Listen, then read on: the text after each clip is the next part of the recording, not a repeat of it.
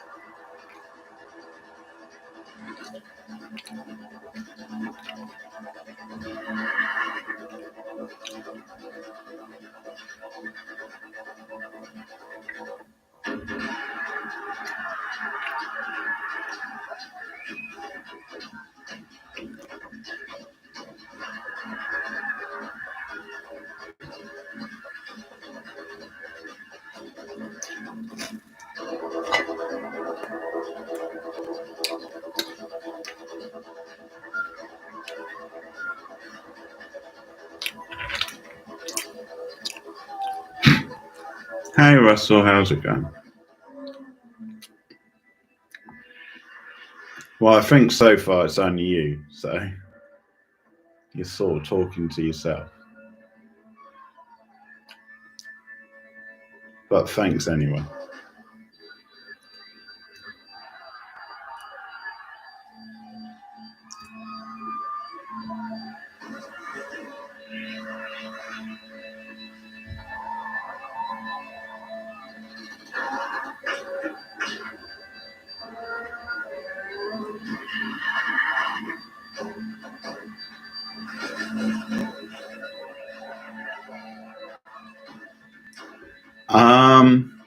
Well, you can find it on like the Eurosport Discovery app.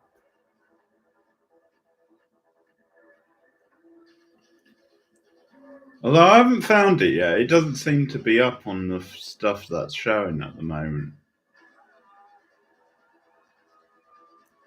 Which I sort of thought it was.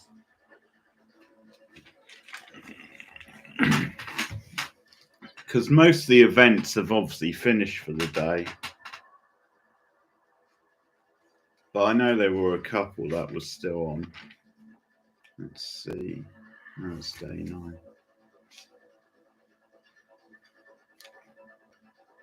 9. Okay. You're a rugby fan then?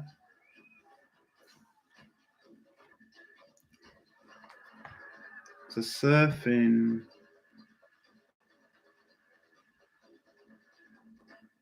I mean, the surfing might have finished because it was 8:24 my time. Although you can catch up with it.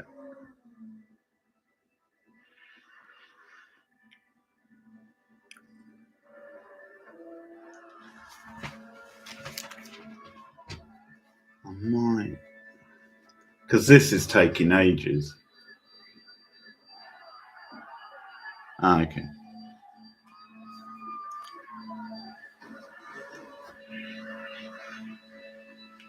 Let's see, I'll go back because that's just taking ages. I'm waiting for the basketball 3-on-3. See what else. Swimming, that's on apparently at the moment. Boxing is on. There's some tennis.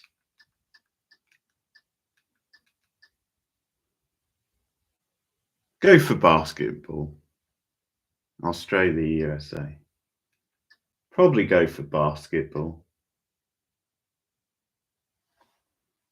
There's also some beach volleyball, which might be fun to watch.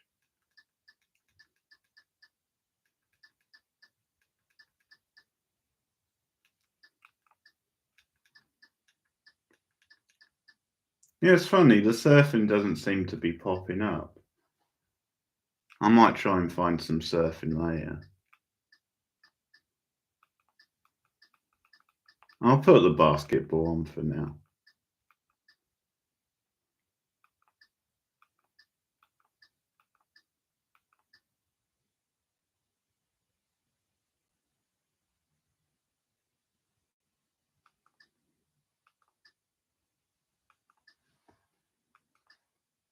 So Brazil v Germany in the basketball. 3, 2, 1, go. Hopefully I have better luck. I'll just watch it live.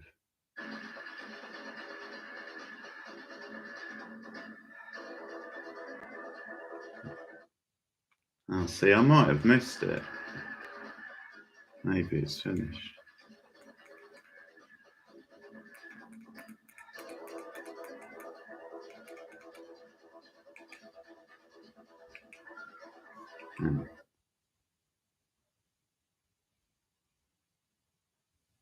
Because it says live, but that must be from earlier. I'll just watch from beginning. That's easier.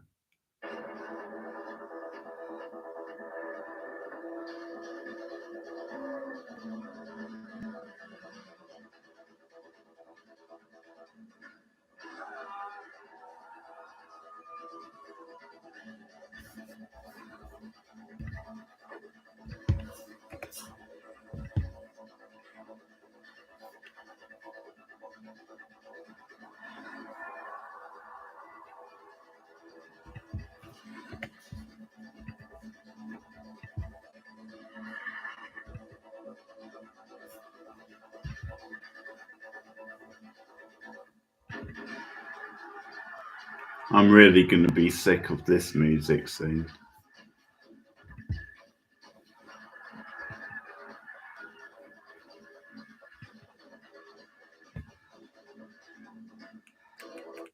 Right, I'm going to run it forward. Oh, here we go. They both went to the University of Michigan too. It's amazing how parallel their journeys have been. Both going to Yeah, I can't really get into rugby. It's not really my thing.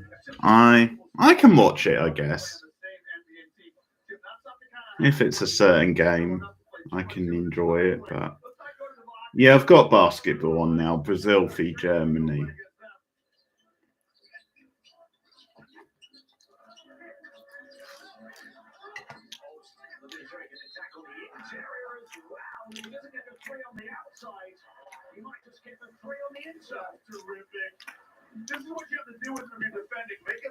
Classic football in rivalry.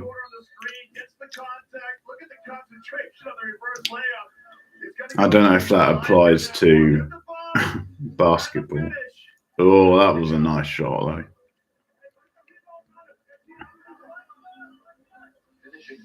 Well, I didn't know that, but I can believe that about him being such a hard ass. Another player who just turns out for the national team. Again, you and I were chatting off here. We've seen him a lot in the EuroLeague with Bayern Munich. Averages just 7.5 points per game. By no means a star.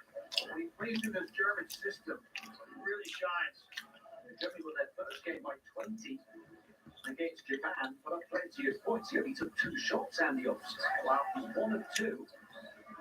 But on the outside, it just shows how many weapons they've got. He's 3 of 3 from the field already. That's 9 points.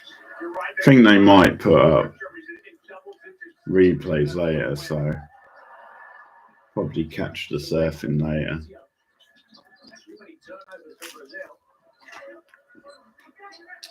They are really struggling to keep their heads above water right now. Back to short. He'll go off the court. He's playing for them in the point guard position, but he's been carrying an injury. Brazil getting canned at the moment. 15-6. Ooh.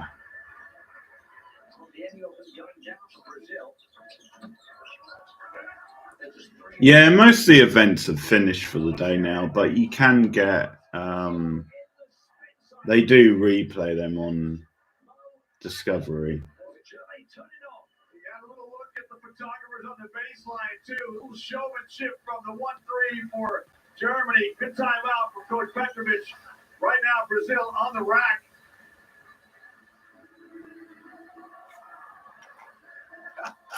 I love the reaction, Tim. Spins Felicio, finger roll finish. Look at the concentration. And he votes for the cameras. Probably quite a long stream tonight. Watch some Olympics. I might even watch a film or something later, or episode of TV. We'll see. And then it's the quiz tomorrow, of course.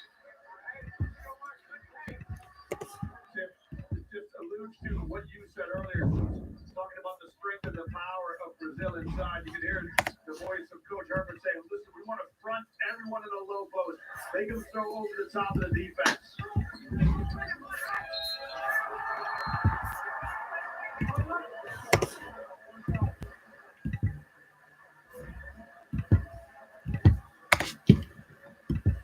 And the odds with 9 of Germany's 17. Till the outside, one on the inside with the out one. Oh, that's good going. 9 of Germany's 17 so far that player's got. Now the measure of a timeout. Can you come out and execute a good offensive set? Oh, they only played 14 minutes against France. Oh yeah. Brazil +1 with him on the court. And he played longer. 6 assists in that game. I've not seen much of Party of 5. I've seen episodes here and there. I like the penetration. I like attacking the basket. Penetration. Getting a bit saucy. I think Rachel might be a fan of it. I'm not sure though.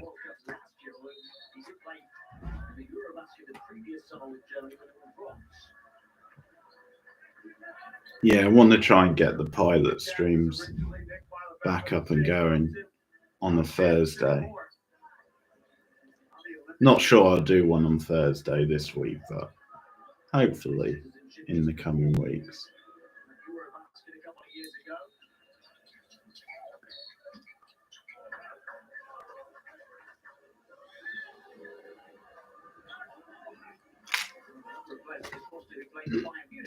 Pardon me.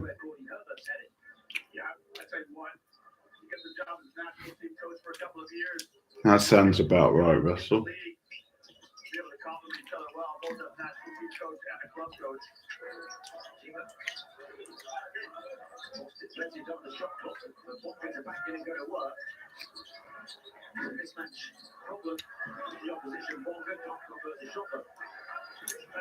So we're nearly at the end of the first quarter. Brazil 8, Germany 17.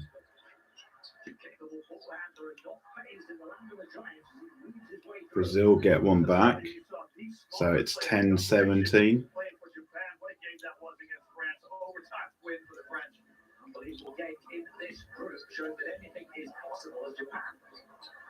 Ooh. Nice.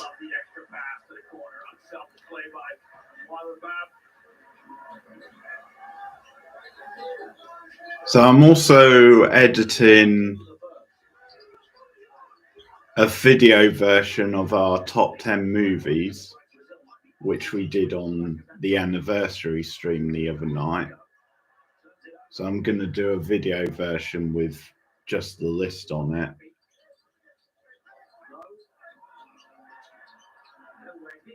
So that will be up soon.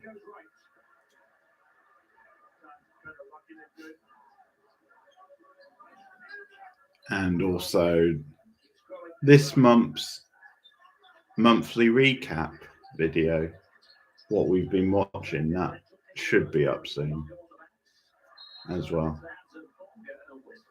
Great anticipation by Isaac Bonga, but I think there's a foul here on the Santos. Germany with plenty of fouls to give. Am I reading this right? The second team foul on Germany and Brazil. Have not fouled yet?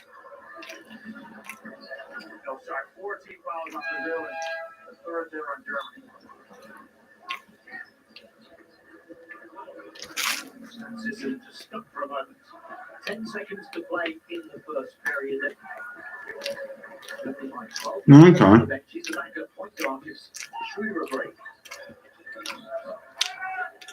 Wow. Well done. To me, that sounds a bit of an upset because of the whole Aussie rules thing in Australia. I just imagine they would be pretty good at rugby. And they normally are, aren't they? I think, at least internationally. Okay.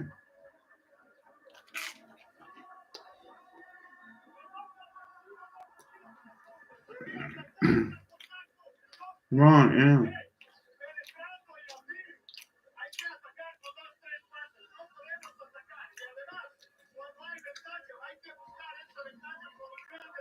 End of the first quarter.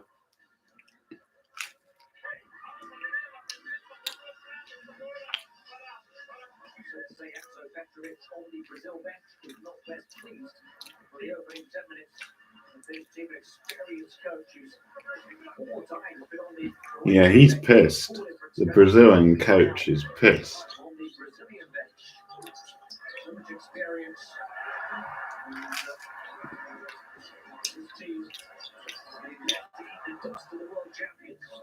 Native Croatian, brother of the deceased Drazen Petrovic. What a loss that was to the basketball world. And I think he is speaking Spanish, Tim. I'm sure the Brazilian players are equally proficient in Portuguese and Spanish, but whatever message he was delivering, whether it's Spanish, Portuguese, or English, he's not happy, no doubt about that. They're certainly delivering a message with their basketball right now. The Germans are looking good. And now a 12-point lead already. At the end of the first hit against Brazil, some super ball movement and shooting.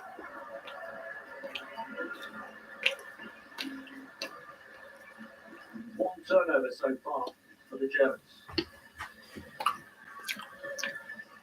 Yeah, I enjoyed beach volleyball. German basketball really.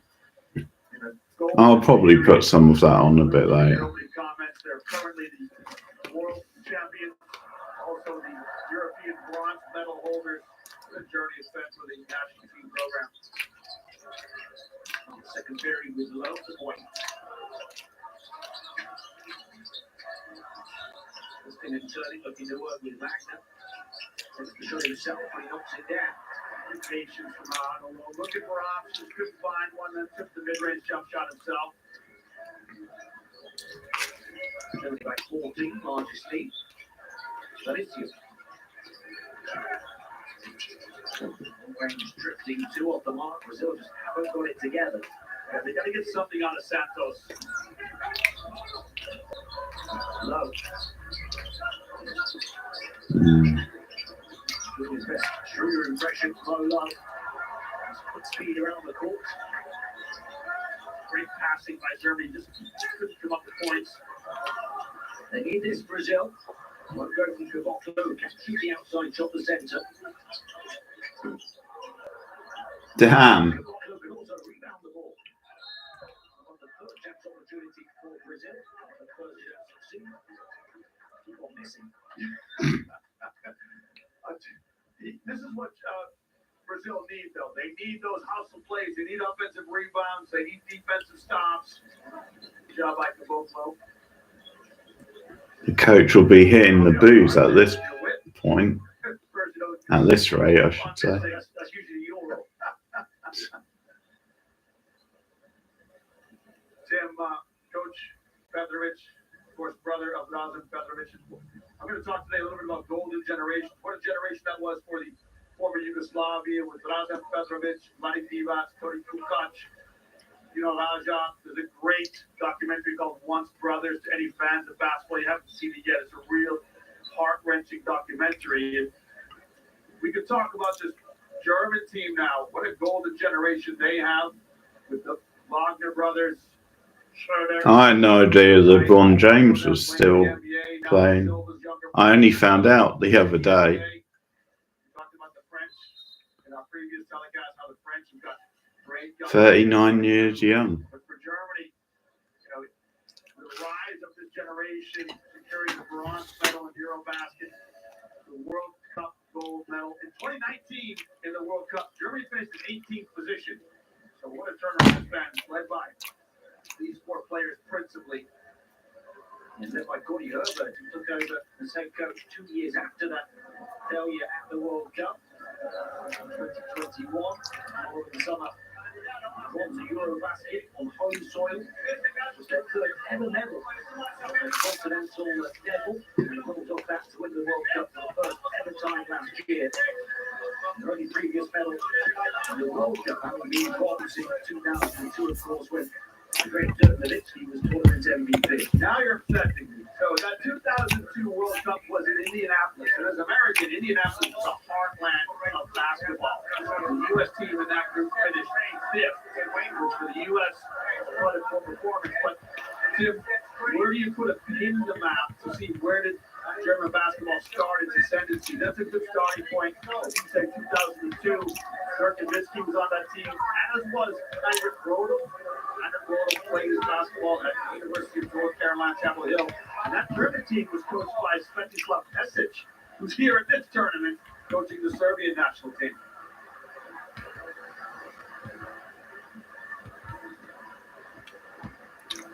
I think I'm right in saying the first time that Germany enjoyed success in Europe, 1993, the Eurobasket in Munich, they won the gold medal. They beat Russia 71-70. You know me, I like my history. I'm going to go back a little bit further, back to the 1985 draft. For me, that's the first time Germany came on the map. Detlef Schrempf, what an athlete he was.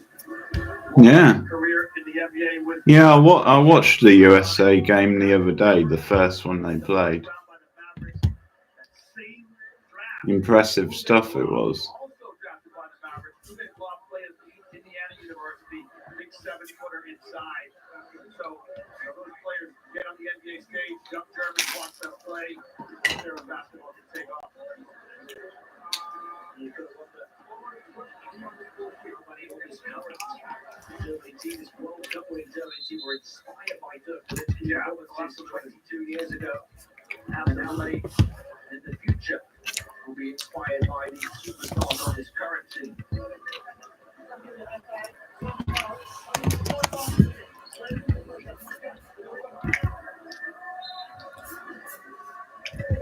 Too many timeouts, Russell.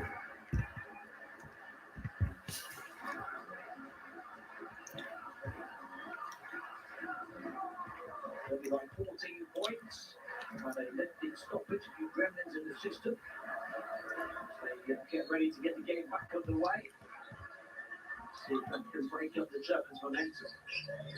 Benitez slips from low, the defender, and Benitez punishes on the perimeter. Yeah, uses the screen really well. Just fades on that back pick, opens up the shot. And that's exactly what Brazil needs.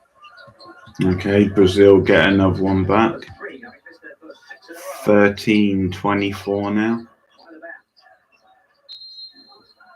Away. Caboclo is not happy about it. That has been his issue in this tournament.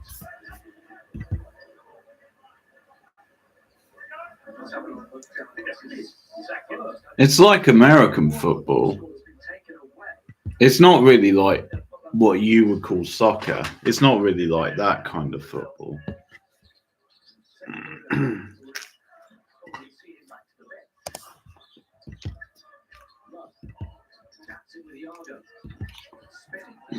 Recovery for Trout. Yeah, the Santos does a really good job getting across the top of the pick. Usually when it's a turnover, I'm sure he just said Iago. trying to make eye contact with the player, but I think that image just pretty much says it all. Coach hangs his head and just shakes it. Yeah, that's most of his coaching career so far, outplaying career in Europe. Canadian, German bench, German hero. He plays mostly in Finland as a professional player. 18 by 11, 2 minutes in. His spin moves still inside for Germany. This time, Launer can get through.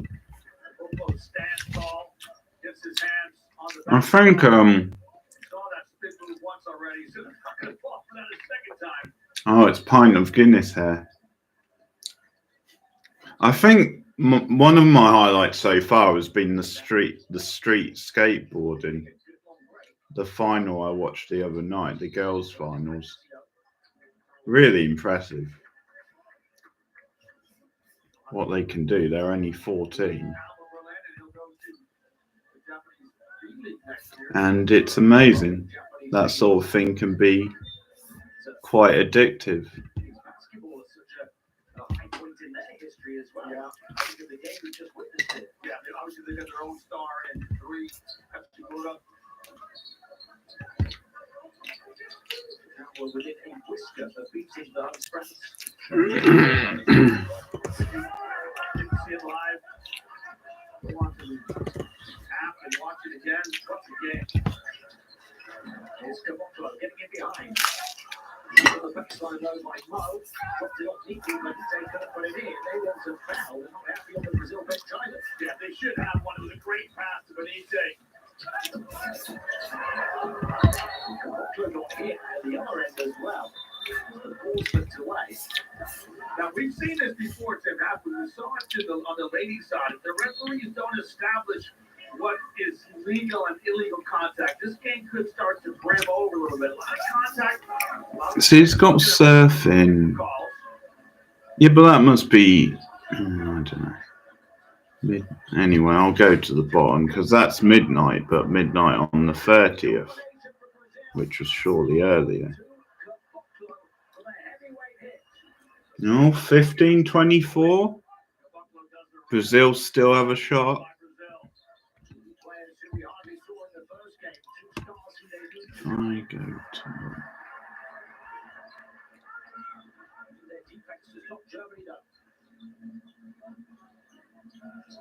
Yeah, so it's got this.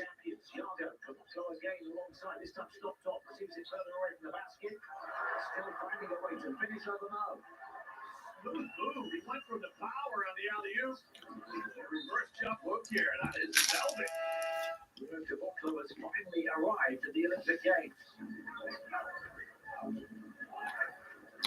Tim, I love these still images. They're terrific, aren't they? Look at that. Just magical. And you're right. If he can Yeah, see, it's got surfing at 9 o'clock.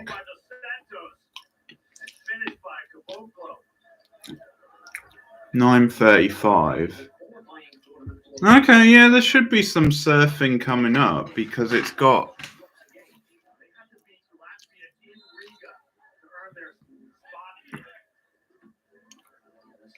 10:12, 10:48, and 11:24. So if I check in a minute.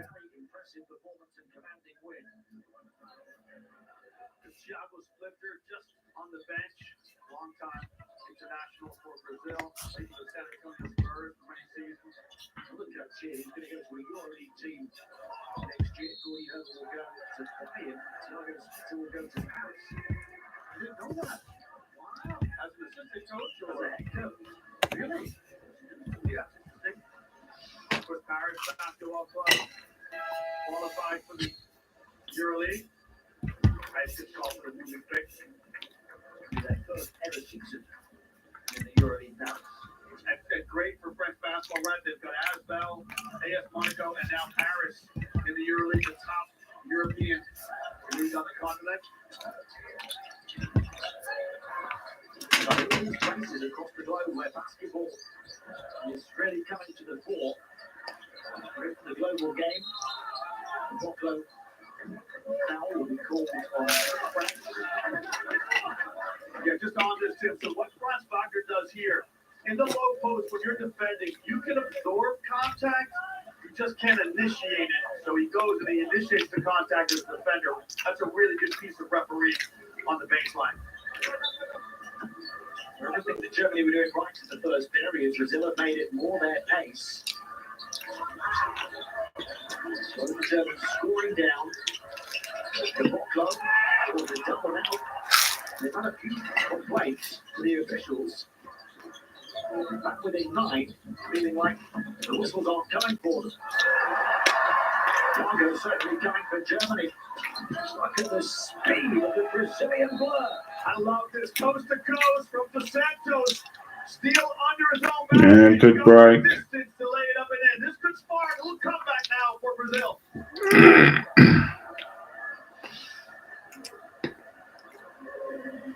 We questioned how the injury was for Yago. How about traveling at light speed to show us? So you should know that players are never injured when they're on offense. They're only injured when the coach says, hey, you got to play some defense. It's an encouraging sign for Brazil, though.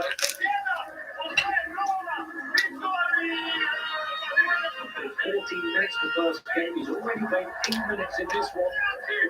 4 points, 3 assists, and the steal for Yago now.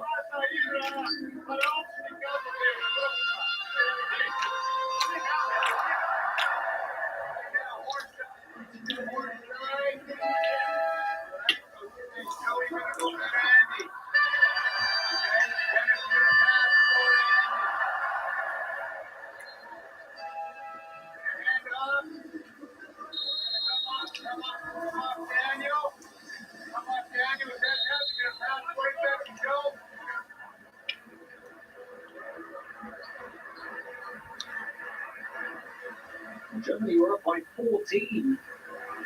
It's 10-24. So since then, a 9-2 run. They've closed the gap to 7. We thought that Germany were just going to be too good. The world champions had all of the pieces of the puzzle placed perfectly into that world championship winning picture. Brazil have other ideas here at Paris 2024. Time out here for Coach Herbert. Just Germany settle back and get on top of this game.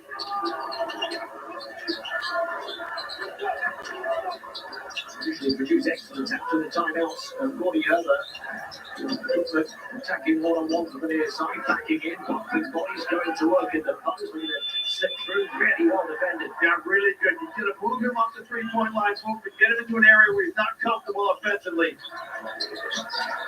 Yago starting to run the game. 3-point shot, Yago. Oh, Good decision, though.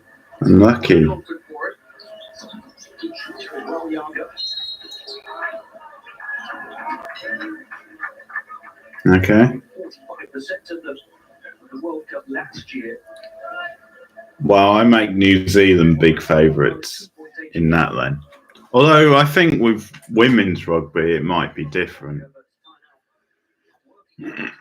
But I'm guessing typically New Zealand are one of the top countries at rugby, whether it's women's or men's.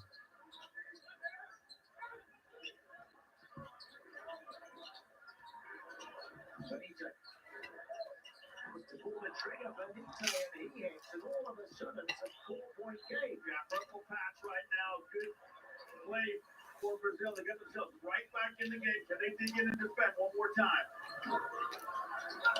It was a 12-2 run. Sure is going to go to work. 6-3. Oh, great shot. Stroke City. Germany needed that one. Whistle and the bucket. They're going to get the ball back. Bucket. The reaction of Coach Petrovich, he's loving it.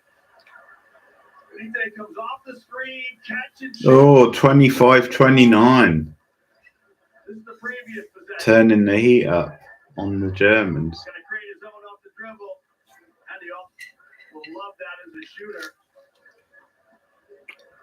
Here he is, Tim, right up the street. Maybe a moving pick, but it counts. I see it wasn't just on the shooter, it was coming across the top of the screen, which means possession for Brazil. Just to make it more than even a 4-point play. So Petrovich's team have seen the pendulum swing their way.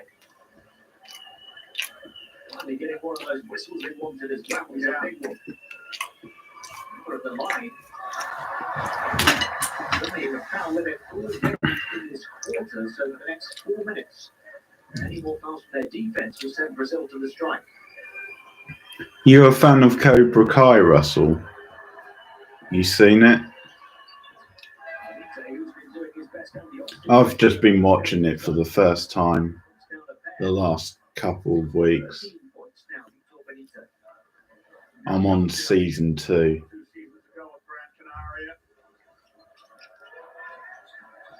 I thought you might be somehow. I'm not sure why, but I thought it might be up your streak.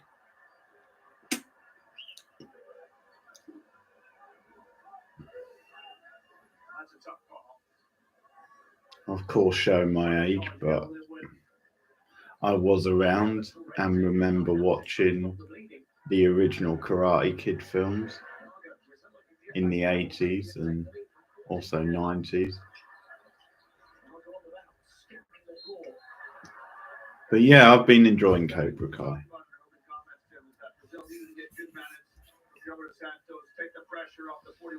Yeah, 40 years exactly, Russell. Maybe I'll do a review of it for 1984 season because we're reviewing some movies from that year, with it being 40 years.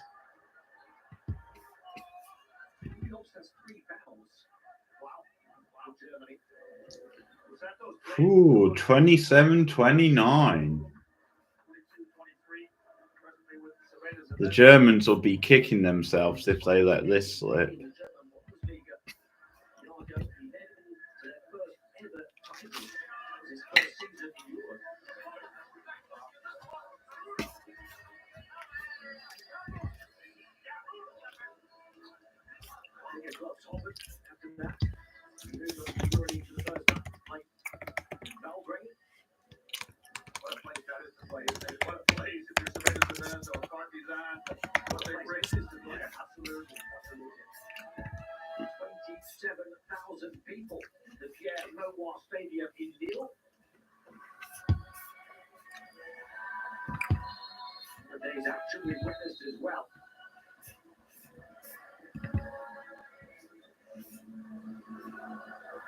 The tournament surely the one before this. France winning in overtime against Japan. You and I have just recovered from that. I mean, imagine the players, what a finish. You know, France were down 4 points with 16 seconds left. And they came back and tied it up on a 3 with an and 1 to come. Matthew Slazel, the hero.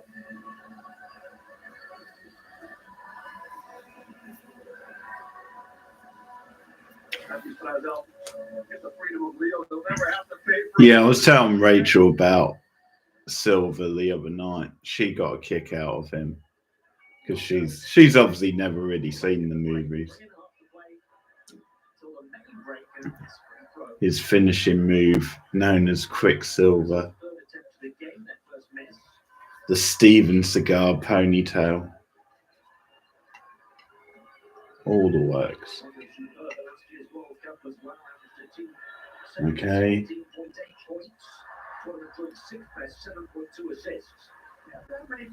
28-29.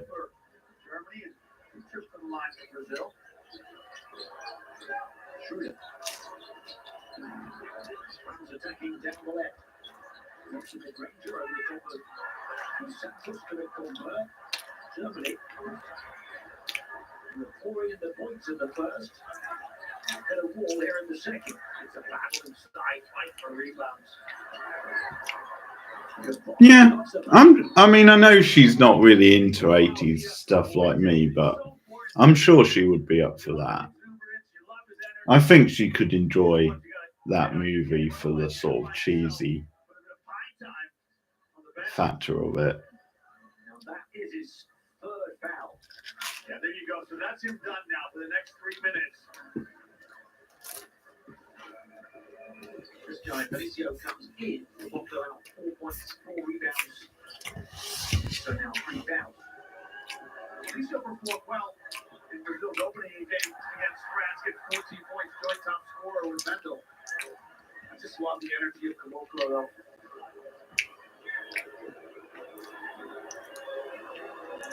Oh, the pressure's on.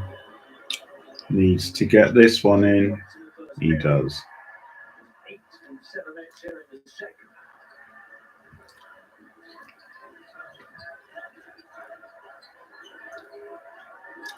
So we've got multiple hands from Brazil.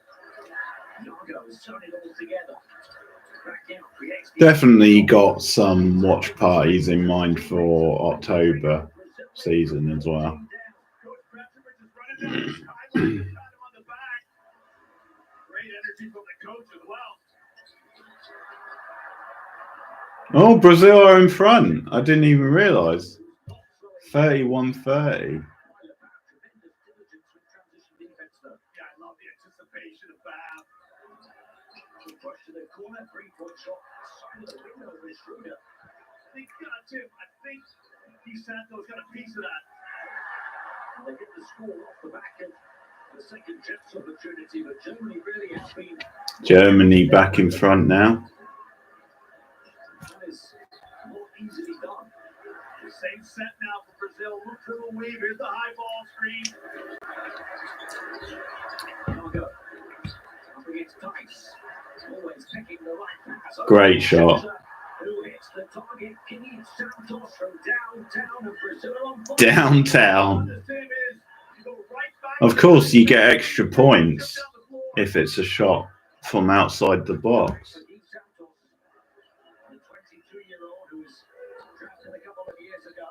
34-32. We got a ball game. 34-35 to the Germans. Here he goes again. Can anybody stop him? Kicks it out of a pack of players, drawing them like moths to a flame. And then Brazil burning the world champions big time from the corner with Lucas Diaz. Santos pulling the strings, finding shooters. And Brazil 37-35 to Brazil now. Coming up to half time. He says, you want a shootout, I will give you a shooter. 38-37 to Germany. Half time. Timeout as we get ready to wind down this first half. But as you quite rightly said, Jim, this is a half you don't want to see end.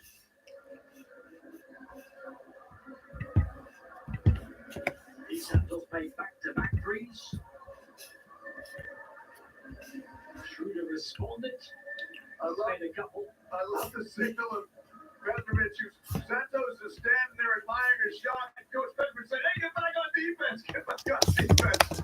Well, I tell you, plenty of offense and plenty of three-point shooting in this first half. Lucas made the Brazil one. Schroeder responded again. 6 threes at each team.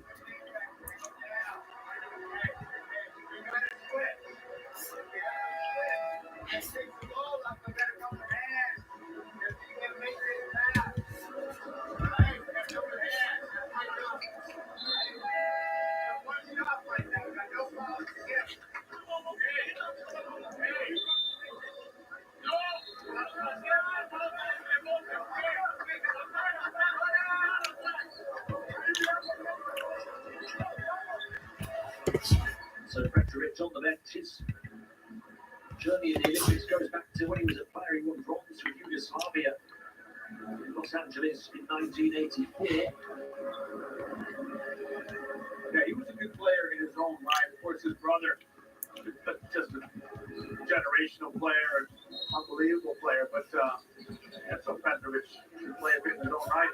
Godia, but played in the same Olympics. Is that right? In '84 in Canada.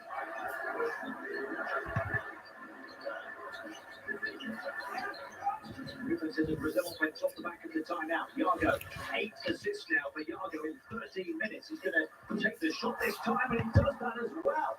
Well, that was the last option, but it's good. Trent. He's put alongside him. He doesn't need him. Watch out. Here we go. Oh, it's not quite half time. I thought it was. That must have been a timeout. Wow. 40-40 at half time. Amazing. Furious finish to the first half. We're lock level at 40-40. Yago protesting the no call.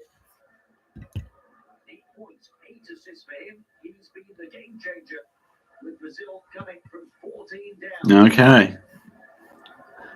Sounds fun.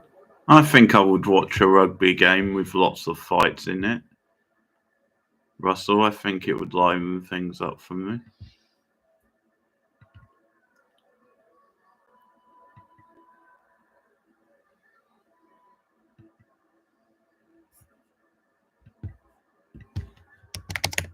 Brazil trailed by 14 after the first score of the second quarter, 10-24. Since then, 30-16. They scored 30 points in that second period. It was Yago who lit the fuse. That's the first thing that the German players are going to hear about at halftime is, fellas, we can't give up 30 points in a quarter of basketball. And you see that quarter breakdown. Marcelino starting at point guard. Yago working his way back to full fitness. Marcelino struggling. Yago came in. Brazil -9 with Marcelino on the floor, +9 with Yago on the floor. We're still wondering, Tim, too early about Raul Neto. What's his fitness? Yago, whoa, Yago, whoa. Former NBA point guard. Do do do do. Bum, bum, bum, bum. Back to his best. That is exactly what Brazil needs Right. tonight. Okay. In the rugby, that's pretty good, considering it's not one of your top sports. That is good. Basketball going on elsewhere as well here at Paris 2024. It's full round. Tune into that one if you want, or catch it on demand, streaming every moment here on Max and Discovery Plus for these Olympic Games. Yeah, the 3x3 basketball, that's a different sort of discipline. I think I might have watched some of that during the last Olympics. I can't remember. Oh, okay. I still haven't seen any breakdancing come up because Rachel said they'd added breakdancing. I guess that must be week 2. Unless it's going to be the next Olympics, but of course, next Olympics is in your country, Russell. It's going to be in LA.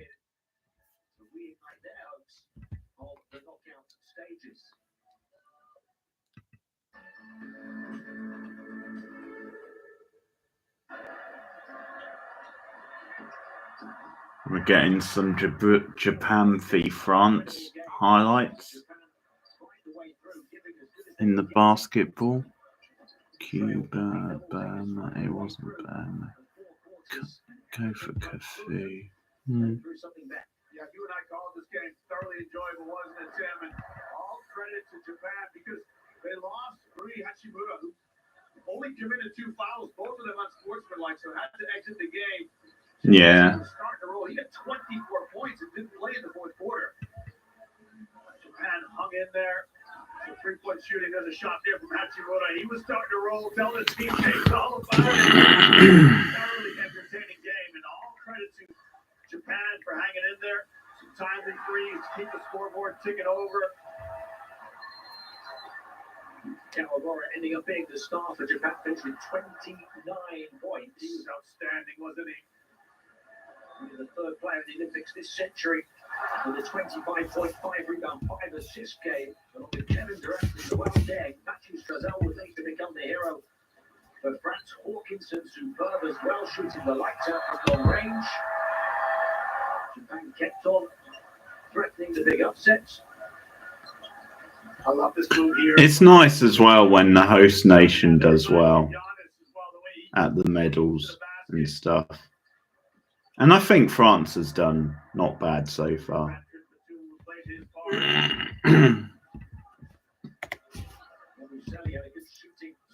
Wembanyama has 10 points and a half, didn't score in the whole of the second half. As Japan clamped down on him.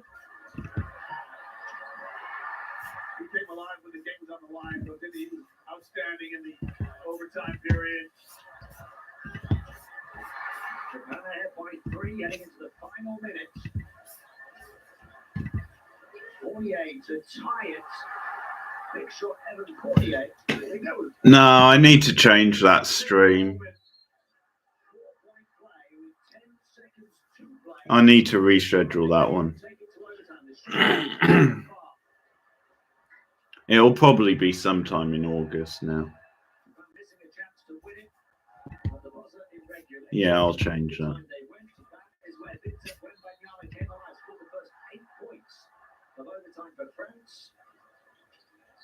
Again, became the first player under 22 years of age to combine 15 plus points, 10 plus rebounds, and 5 plus assists. Might do that in a minute. Game. It's going over the line, 94-90 to move into the quarterfinal draw. Yeah, they can breathe a sigh of relief, no doubt about it.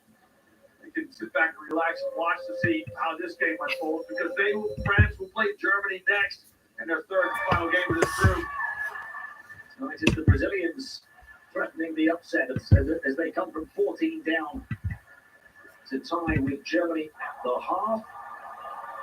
Incredible drama and action in the Pierre Leroy Stadium. There's 4 more games coming tomorrow. We start in the morning with women's Group A action, Puerto Rico, Spain, and then China, Serbia. We turn our attention back to the men's in Group C, the second round of games in that group, Puerto Rico, Serbia, and the USA against South Sudan. What a game that was in preparation. Yeah, in London, the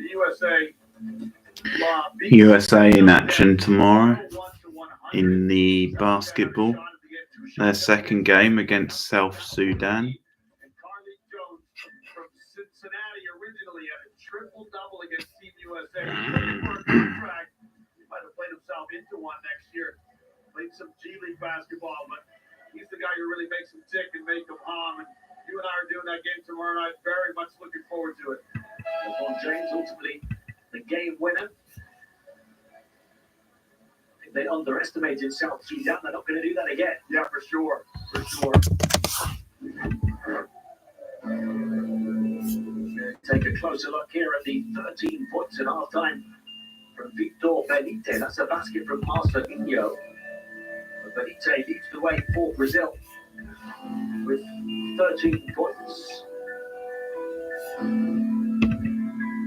Marcelinho, a couple of scores early. Benite came alive off the bench as part of that big turnaround for Brazil, facilitated by Yaga.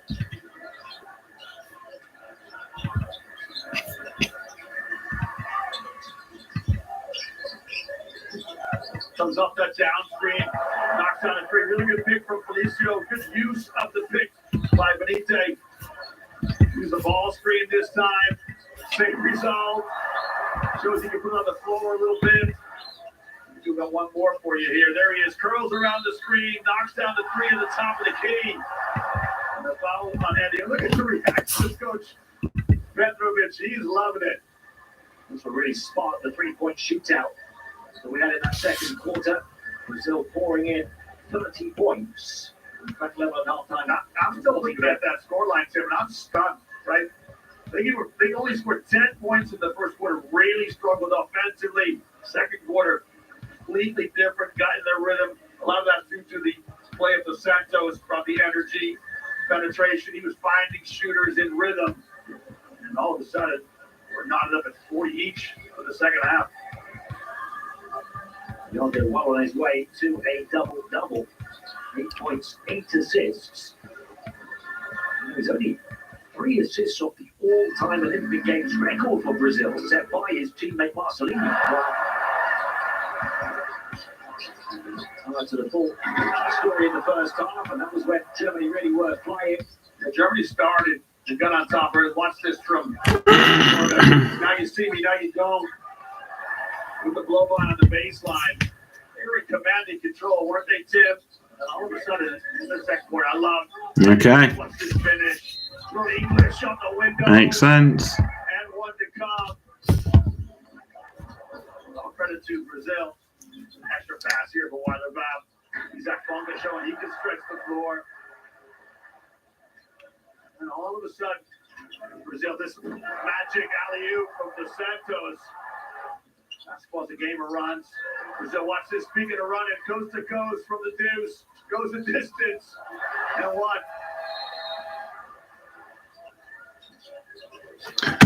I can probably skip forward, can't I? Because this is the replay. Yeah, I'll skip forward a bit. Wagner, nine grandiose, all came really early. Yeah, he got out of trouble. Tell viewers too that Don't know why I'm talking to myself, but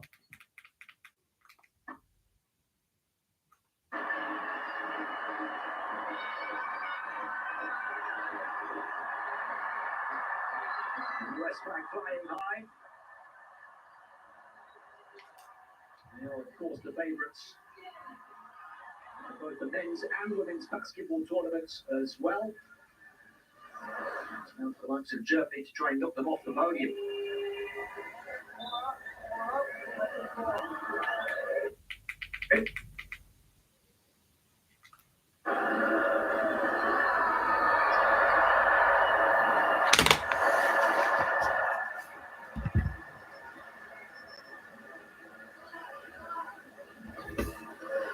Brazil will begin with the ball as well here in the second half. Back underway.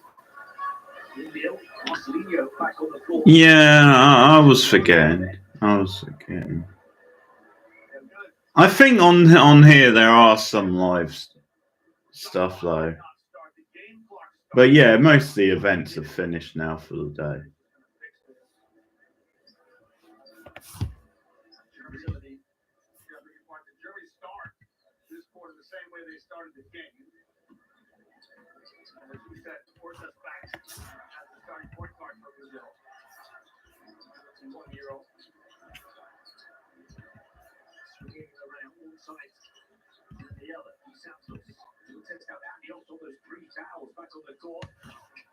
Commit the 4 fouls from go for Brazil. But that's really good recognition by Brazil. Go off the guy with 3 fouls, get a mismatch down low. Santos is pretty convert. Schroeder. Is the middleman. Outside shot doesn't go though. I go right back to the tip. I go right back to Santos down low and see if you can exploit the Bucks defensively. I think that was the limit here in people basketball. Post has 3 already. Back in, but Schroeder pulls out the chair. He can do that quickly as well. What the steal, Tim. See what the referees think about this foul to stop the break, but it was a great mismatch in Felicio.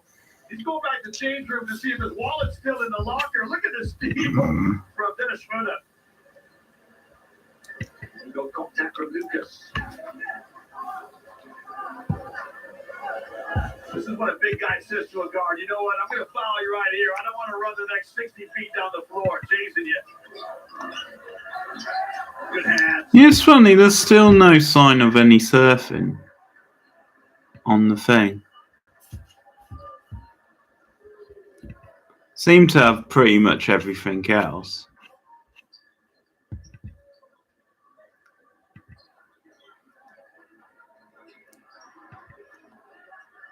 Marcelinho was meant to be retired ahead of these Olympics. He offered his services only a couple of weeks before the Same.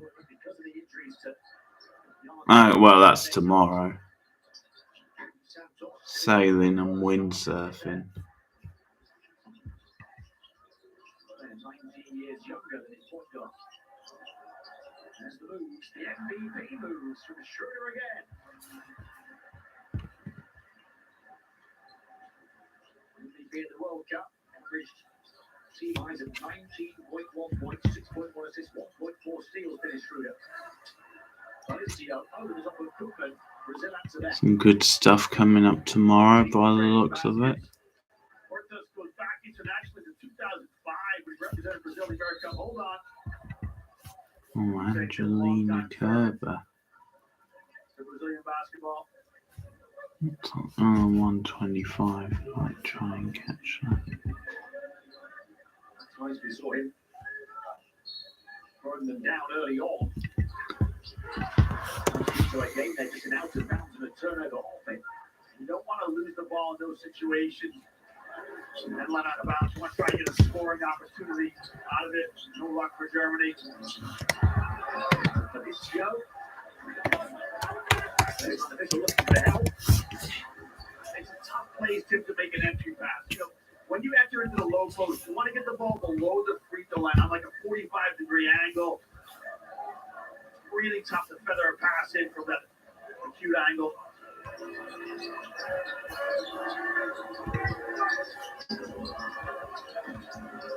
Franz back out to Thomas. Franz back and gets it back. Nice against Valencia, 1-on-1 on the block. Just shoot the mid-range, fade away. Really good defense by Valencia, who held his ground. And 2 points for each team in the first nearly 3 minutes of the third quarter. The almost suffocating shadow over the top of Maybe that's in the second week. athletic, and he can impose himself on Horta. Shot clock runs out. Maybe they've just introduced it, but it doesn't come in till the next Olympics. Maybe that's it.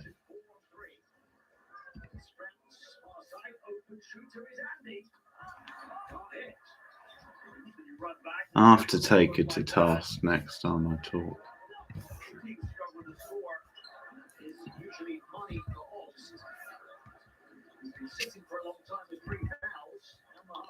Did you watch the opening ceremony? In which case, what did you think of it?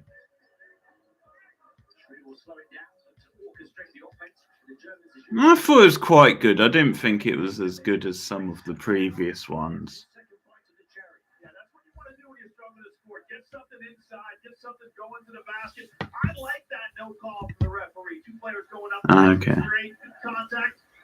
Play on. Yeah, it was different.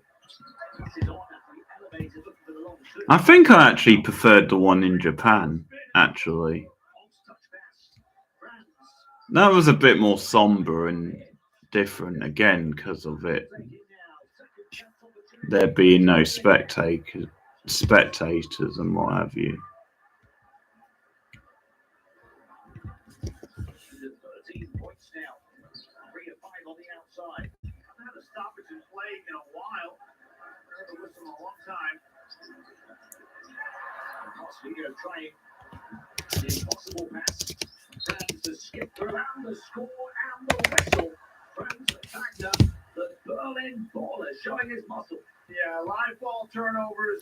Berlin baller. These sting so much. Great mobility here by Wagner.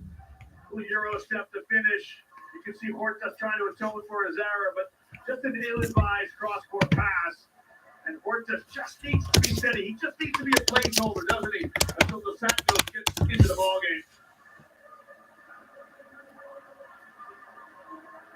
Before that, Schroeder to 3. Now Brown's the chance of the 3-point. What was it? Day 4.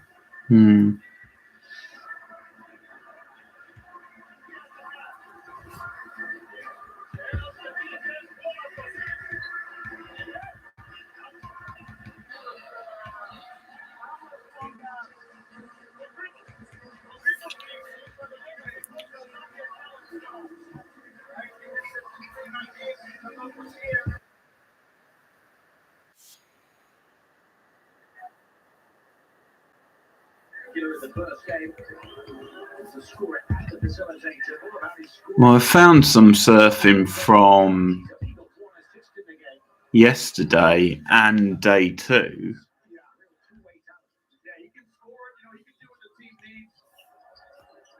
Haven't found any from today.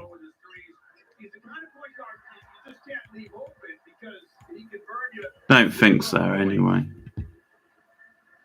Real captain's performance to that passage of play.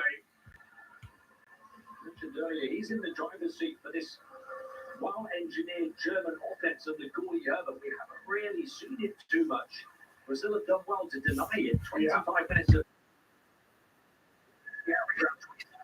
And no surprise that the Santos comes in the game here for Brazil. Open shooter of the offensive rebounding game. That's been a backbreaker for Brazil, giving up those offensive boards. 9 for Germany. 49-42 now to Germany. The Germans on the offensive rebounding count.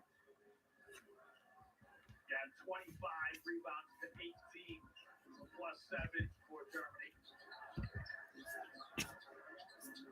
Chicago swings it out to Mendel. Attacks the closeout. Can't convert though. Hey Meredith, how are you? That's better from Brazil. Mendel really needs to finish. The Buffalo Welcome. trash.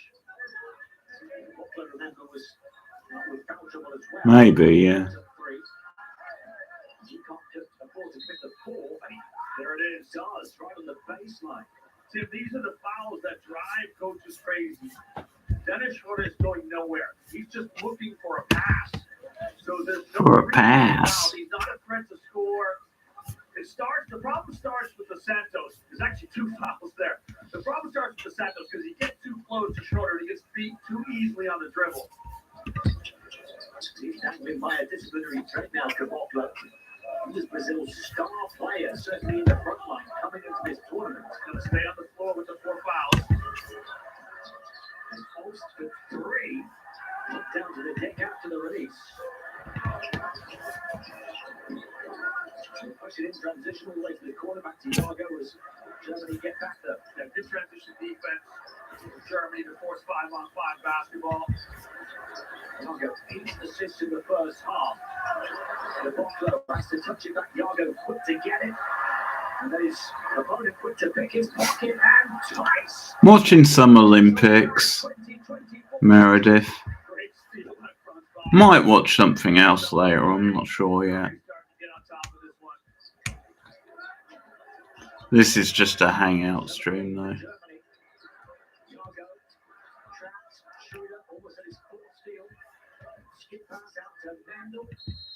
He's fouled on the 3 and put it in. And just when you think Germany are getting on top, something special from the Samba boys. You're right. So good recognition by the Santos to get the ball out From of the the trap. Samba And boys. once the ball comes out of the trap, great recognition by Brazil to move the basketball. Find the open man. One to come for Leo Mendel.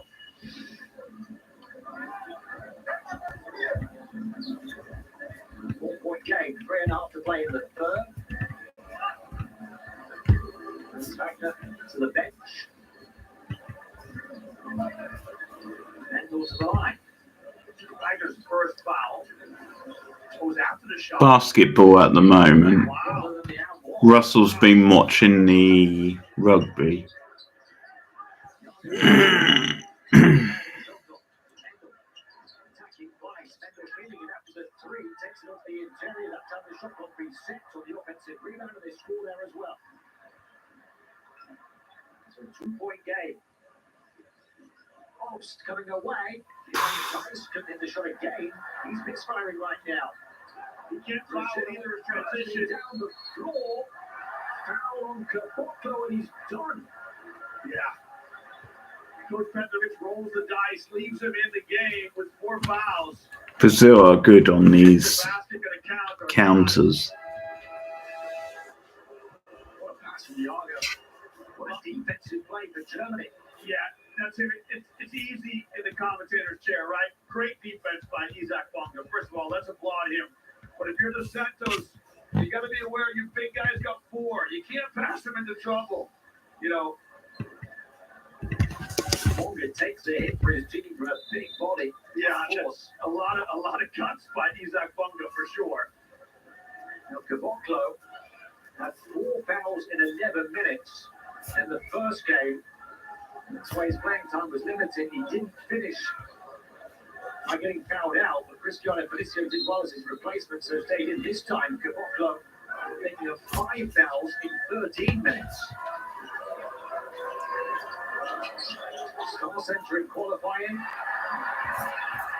Star Dims on the big stage. Oh, the block. Daniel Tice, the towering Rejection and the turn out off the back of that defensive platform. I told you, I like Daniel Tice. I love his energy, athleticism, length. He'll do all kinds of dirty work for the team. Great block shot. Rebound movement. Only by 4, but building momentum again.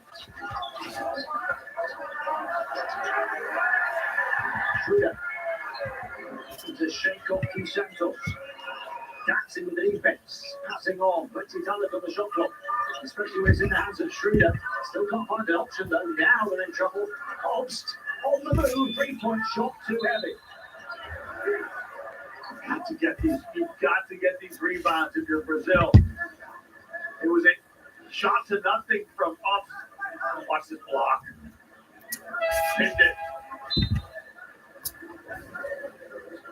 And Bonga in transition. And the takeoff too. Tim, I think I'm right in saying that Isaac Bonga's going to parties. Okay.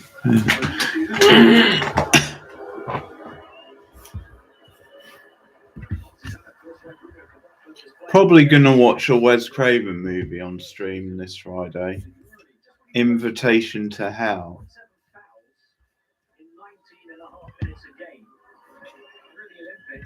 That's the plan at the moment. Never heard of this one.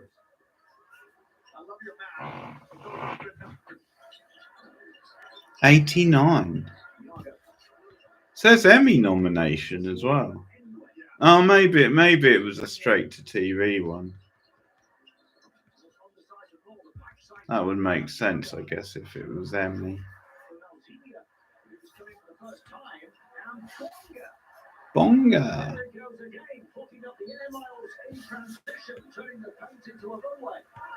Great feed by Dennis Schroeder. Right into the hands of Isaac Bonga. The easy two. Bonga, bonga, bonga. I love this. Look at this. Bonga. Look at that, too. Just one dribble and you're all the way down the floor. Just shows you how the ball travels faster than the person. And depth and athleticism we talked about, it works. Joanne Cassidy's in it.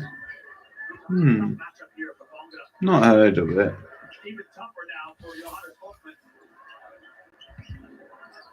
10-point guard Yardo against the 7-foot forward movement. Yardo on the crossovers. Steps back behind the 3-point line. High off and shot doesn't go. He's looking for cutters. Just couldn't find anybody. Had to pull the trigger. Schroeder just finished his second assist of the game. Looking for another one quickly, and he gets it as it goes into Mo Wagner. Yeah, Mo Wagner just throwing the defender around like he's a ragdoll in the paint. Ragdoll. Strong. Good recognition. Find him inside. Talking about the size mismatch. Invitation to Hell.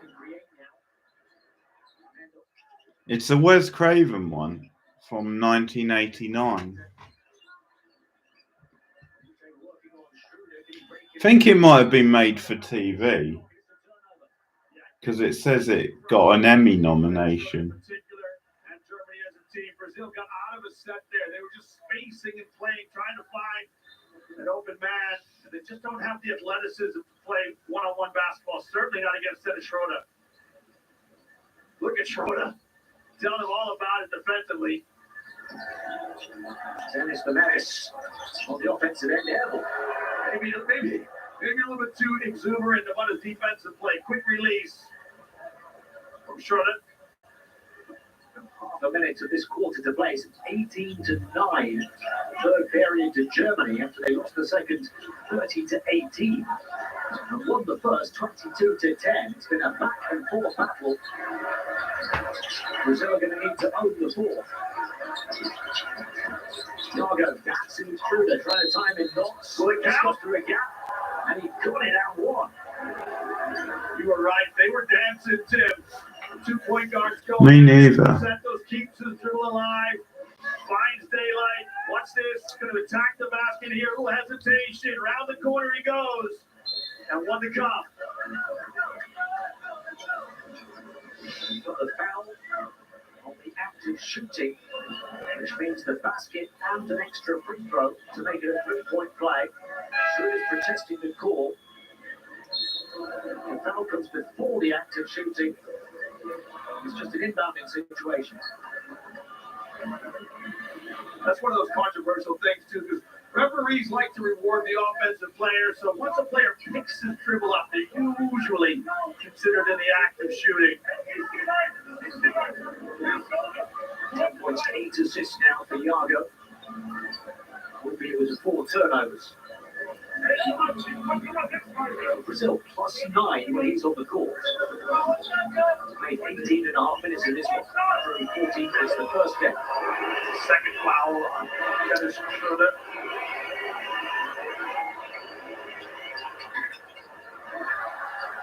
A 7-point game after the miss from Iago.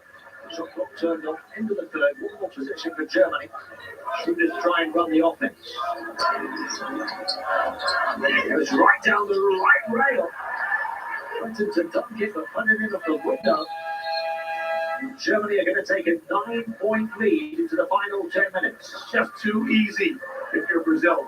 You can't give up that penetration that easily at the end of the quarter. Dennis Schroeder leads the way of all scorers with 18, and Germany leads 16-51.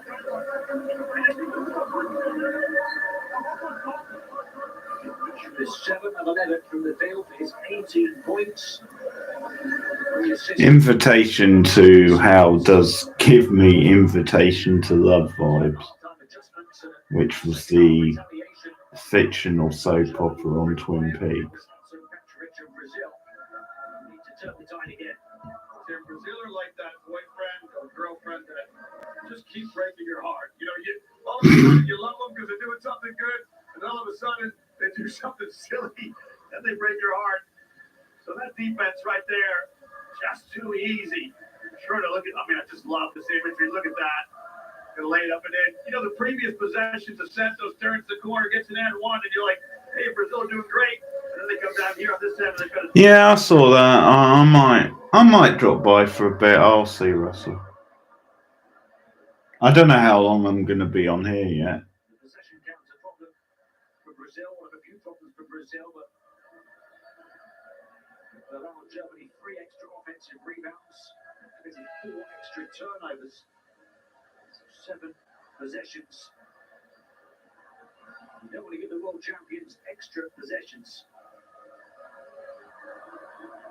You know, offensively, if you're Brazil, you hope you're going to get a rhythm here. So they scored 10 points in quarter 1, 30 points in quarter 2. Now in quarter 3, they're back to scoring 11 points, right? They're struggling to find some offensive consistency.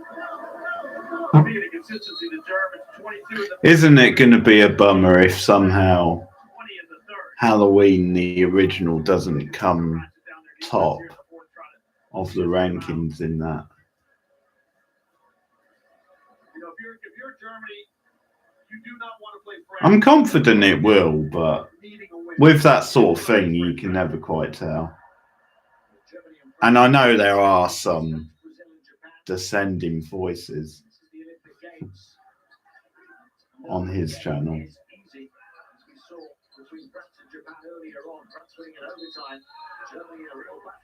It has to, doesn't it, really? This is better defensively for Brazil. Okay, they commit the foul. Germany will go to the line, but at least they're contesting, not giving away the freedom of the city in the paint.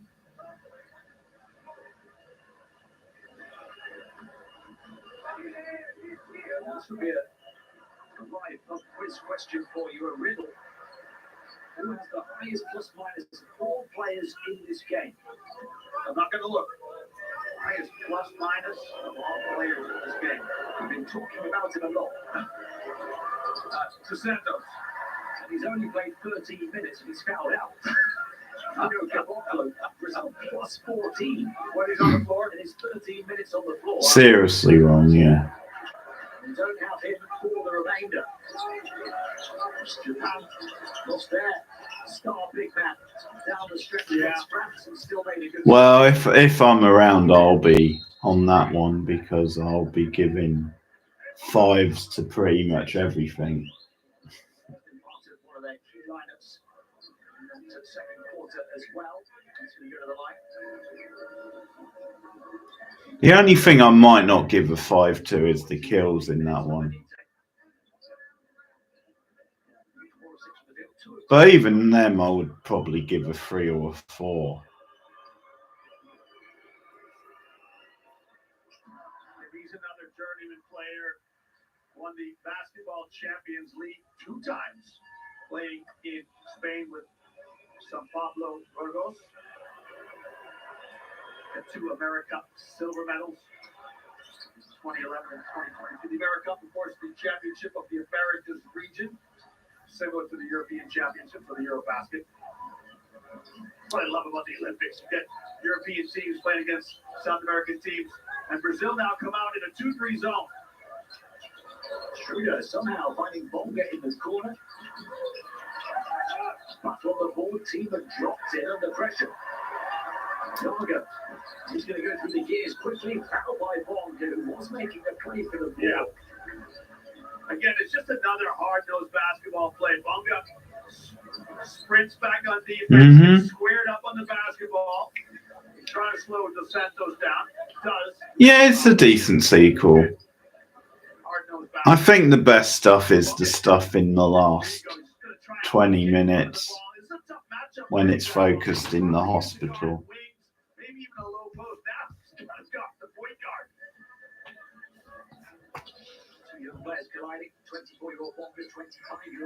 H2O and Halloween 4 are my favourite sequels.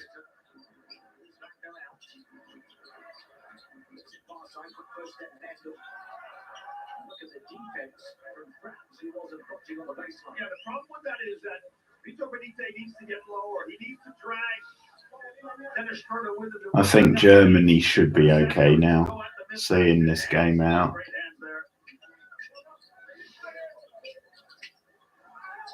You never know. Still 8 minutes to go. You can see the brothers now are arguing. Bo was trying to pass it to Franz. It is.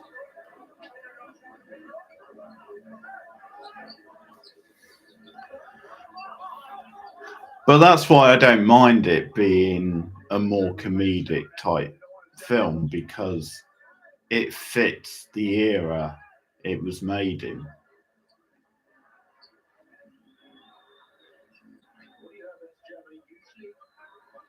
So fluid on the offensive end. They're going to have to win this one the hard way. Perfect 8-0 at the World Cup last year. They're going to go 2-0 here in the Olympic Games. Looking for their first ever Olympic medal. Flipping it back, recovered in front of the Germans. Some good defense from the Germans. It's going to be a turnover. Oh, it goes pretty feisty there. A touch off a German hand. They do get it. Yeah, I like this refereeing, Tim. I love it when the referees confer together, work as a team, get the call right, and listen to the appeal of the Brazilian players. Dos Santos ran out of room, and then he just gets by somebody. I think it's last touch by, is it Dennis Schroeder touched it last? But not much time on the shot clock. Just for a second. Handle. Aware, got it away, in the rim, off the opportunity, the offensive rebound, because that resets the shot up to 14. And Mendel crashes towards the basket, because himself was an option there as well. Earns a trip to the foul line. Just great hustle by Brazil. Mendel gets it up in time. Santos picks up the loose rebound. Watch this, he's going to ghost in. I love this pass. Under the foul. Timo Wagner trying to rally the German troops straight away, drawing a crowd to talk it through. They know they're in a fight to the finish it. There's Timo.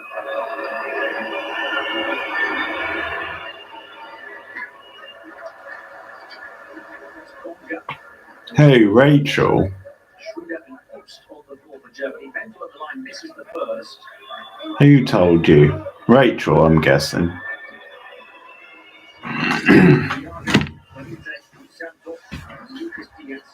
Check the defense here, Tim. So Brazil showed a 2-3 zone a previous trip down the line. What do they show here? Yeah, back into that zone. Schroeder. Well, yeah, of course she did. Yeah, check it out. You might like it. It's not something I like. I was expecting to hate it, and I did. But everyone should make up their own mind.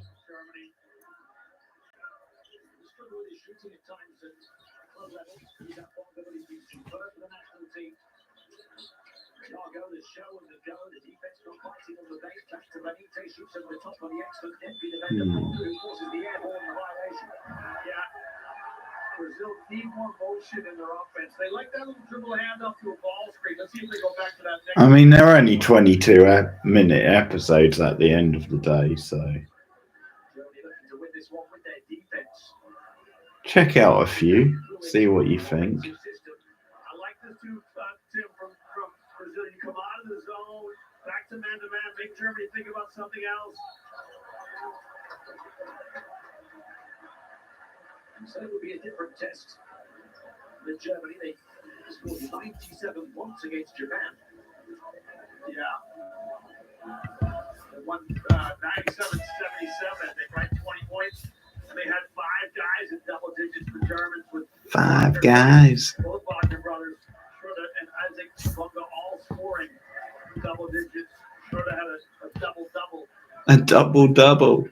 Bonga, bonga, bonga. You're usually so good at that. I think I got it right, didn't I? Okay. Yeah, I know some of the storylines in that were quite dark. For the time, at least. For that sort of show as well.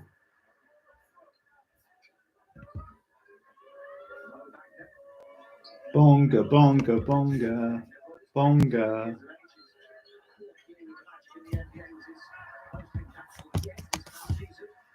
saw them. I was in Boston over the Christmas period. I saw the Wagner brothers come with the Magic to the Boston Garden. They lost. They see them slap down the block on the perimeter. Really shooting superbly in the second quarter. Pushing his way in. Completely unfazed by the pressure. That's tough. That's a tough basket. He's going to break down his defender with some Okay. Goes to the window with his left hand. Finishes on his backside. That's a hard-nosed bucket. 17 A hard-nosed bucket. He had 7 points the first game. Through guard. Post. And he hit the target. You're also going to keep on missing. You can't leave him. You just can't leave him. So he set a back pick and then took a down pick on a handoff. The big space for the shot. His first score since he had 9 points in the first few minutes. 3 of 8 outside him, 12 points. For a German player into double figures. Yeah, it looks like Germany should be okay now. They're 70-56 up. Still a 3-time bronze medalist in the Olympics, but not since the 1960s. 60 years ago exactly. In Tokyo, 64. First one was in London, wasn't it? In 48, the first time they won a bronze medal. In Rome in 1960.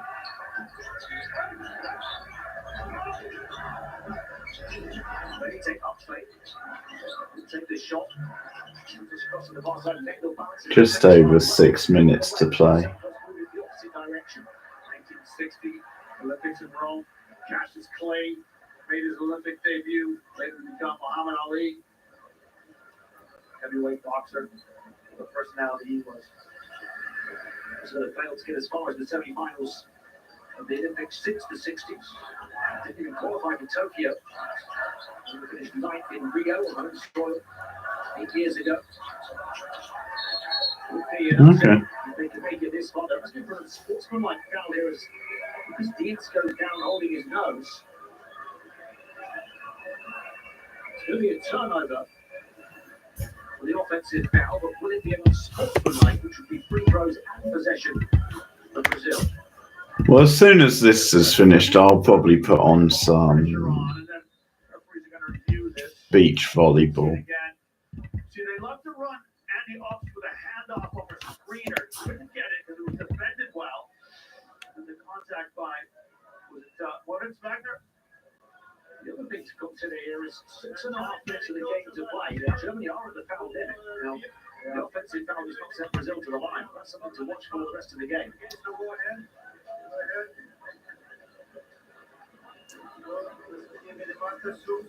Even I think that's incidental. I don't think there's any malice in that.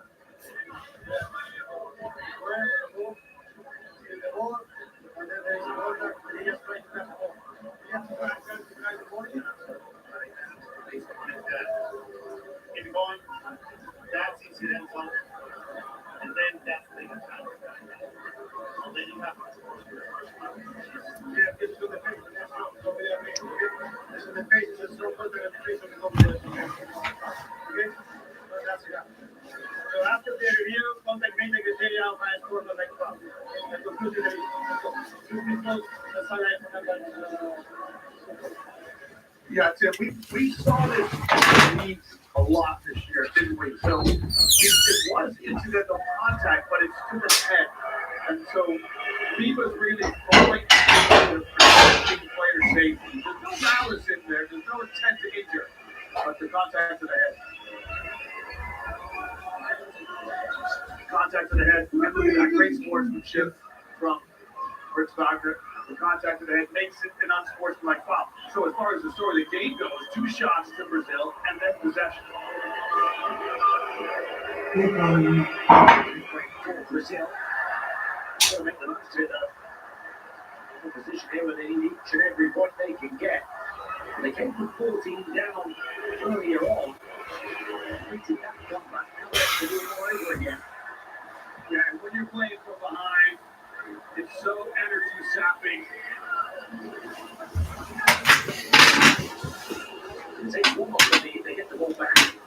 Do you mean the boys as in the show?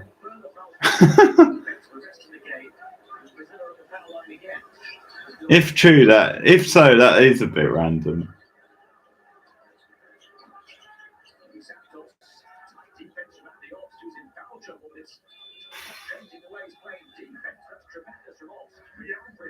Yeah, you're exactly right, Tim. And early on, Brazil went at What the fuck? Santos down in the post. I'd like to see them do that again. That is funny. He's probably not all that comfortable going to low post. Santos might be an area where he gets to the line. To the ball. Passes off.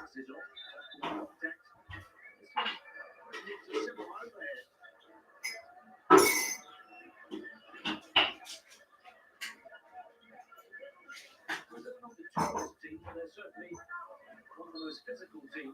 That was what you were talking about in our pregame chat about how physical Brazil can be.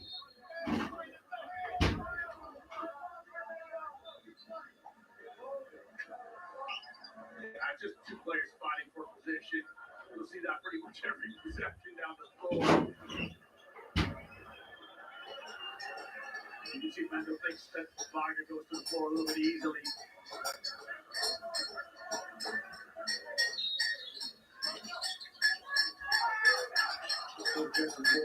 To impact 14 on the shot clock.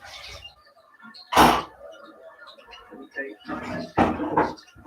Today, pass out. Bonder set one from there already. Yeah, that's so slick, so good. Passing the ball around, finding the open shooter in the corner. And by contrast, now Brazil are so static on offense. Bonder's ability to defense. Showing the shooting ability as well. 16-point German lead is the largest of the game. It's going to be 5.5 to play. Germany over the foul limit, so straight away, free throws here on that foul for Brazil. The benefit of that, Liam, it's not just an extra avenue to score, it stops the clock. Yeah, and so you're putting points on the board without seconds coming off the clock. That'll take your free throws, of course.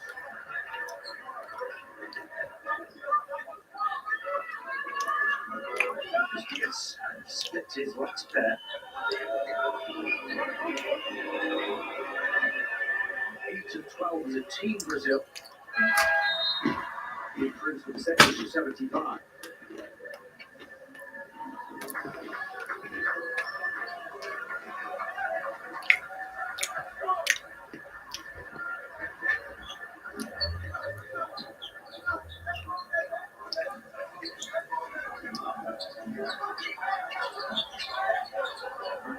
handler this time. They're taking it in turns for Germany.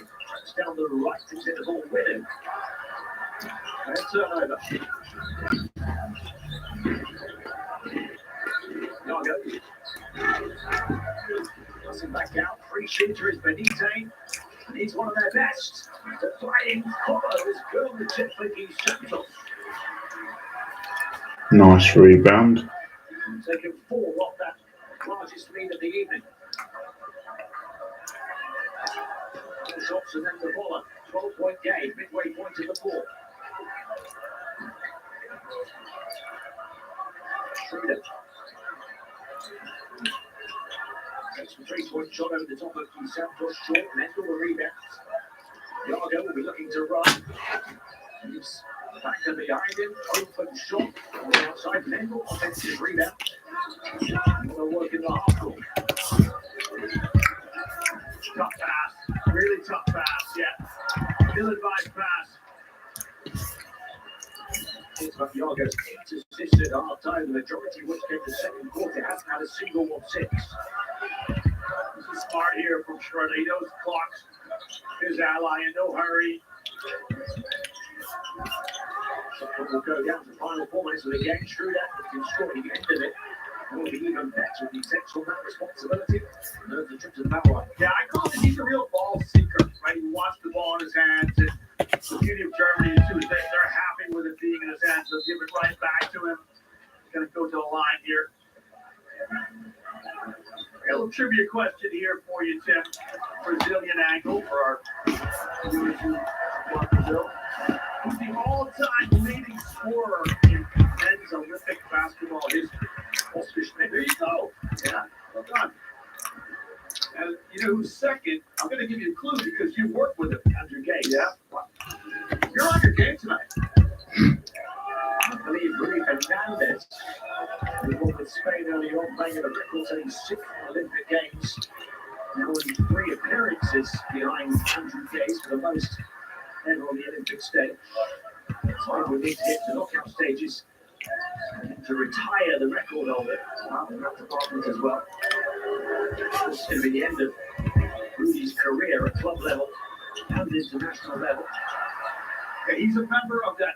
Talking about the golden generation for Germany earlier, but there was that generation, the Gasol brothers, Juan Carlos Navarro. Yeah, well, I have done quite a few of those, Russell, but I'm sure I'll do another one at some point. You can also check out my Buffyverse channel, where I've started putting content up there, because sometimes I do watch parties on there.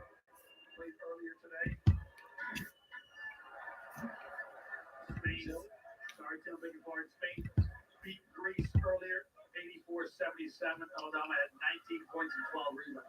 Because we're doing all the main Whedon shows,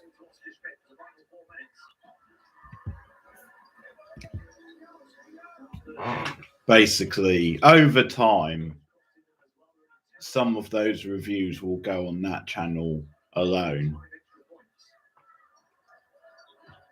All the Buffy ones are on this channel as well. And when we do Angel, I think they will be. But probably when we do Firefly and Dollhouse, I think those reviews will just be on that channel. Brazil still breathing, but only just. Yago, top take. Get it back. Only 3.5 seconds left. Yeah, Revisiting the Buffyverse. That's the name of the channel.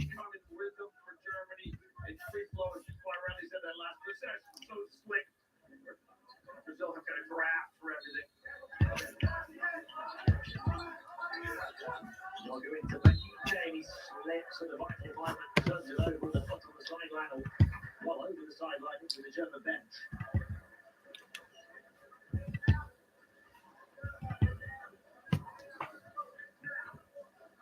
This is a head scratcher, but so Petrovic on the Brazilian bench.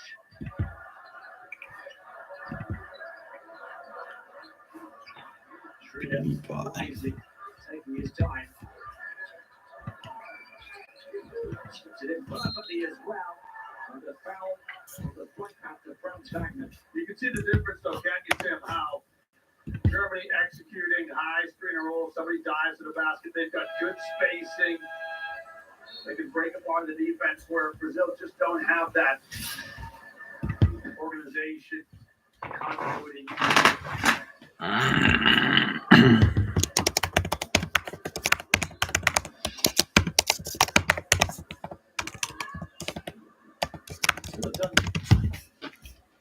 Two things right and two things wrong at the same time. Germany held to 13 assists with 13 turnovers. It's not Germany playing their usual game. Pardon me. That's like a fifth personal foul for Di Santos. He'll step out with 8 points. Started so well in the first half, but he hit that level of performance in the second half. Germany is showing they can win games in different ways. This was with their defense. Brazil was 62 points with 3 minutes to play. 39% field goal shooting. Forced into 19 turnovers, make it 20. Yeah, it's just you see Brazil trying to do stuff individually. Schroeder flash, and then another pass. Gets it back, digging into his bag of party tricks now. Dennis Schroeder. Bag of party tricks. Now capable of doing that as well. Just burst of the pocket, going coast to coast, got it on the whistle. Yeah, this is smart. The Santos goes at the German defender, leans in, gets contact. Off the window, goes to the glass here. Here he is in free flow. There it is. He just goes and initiates the contact. Watch this. He goes and seeks the contact and then gets to the line. It's frustrating if you're playing defense because the game is designed really in many ways to give credit to the offensive player. So Santos goes and he makes the contact himself, but Franz Wagner gets the foul. Chicago completes the 3-point play. It's good to 12. We've been singing this day 4 for us, Tim, right? But every possession is so important. Brazil have got to reduce this deficit they're facing. They want to finish third in the group. Easily away from Yago. I quite enjoy handball as well, on a similar sort of sporting level. Sporting note, that's one I can watch. That's quite exciting. Retaliation from that.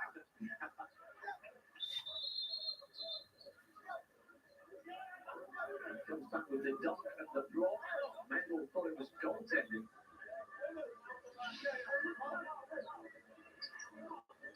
Oh, that's a good block. Biggest fan on the bench. Yeah. There's your brother on the bench. So Niels Gafai, Oscar da Silva don't feature, didn't get any minutes now, although didn't get many minutes.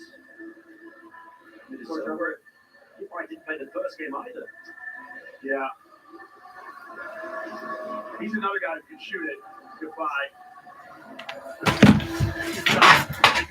Champion with the University of Connecticut.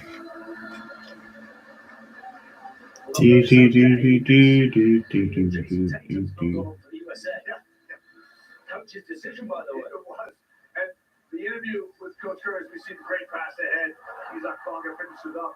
Curtis says, I must be an idiot leaving Jason Tatum, who's an NBA champion, out of the lineup. First team all NBA, I think, as well, right? Yeah, well, that team this season in the all-first team. Hey, you're Celtics. I'm a big Celtics fan, as you know.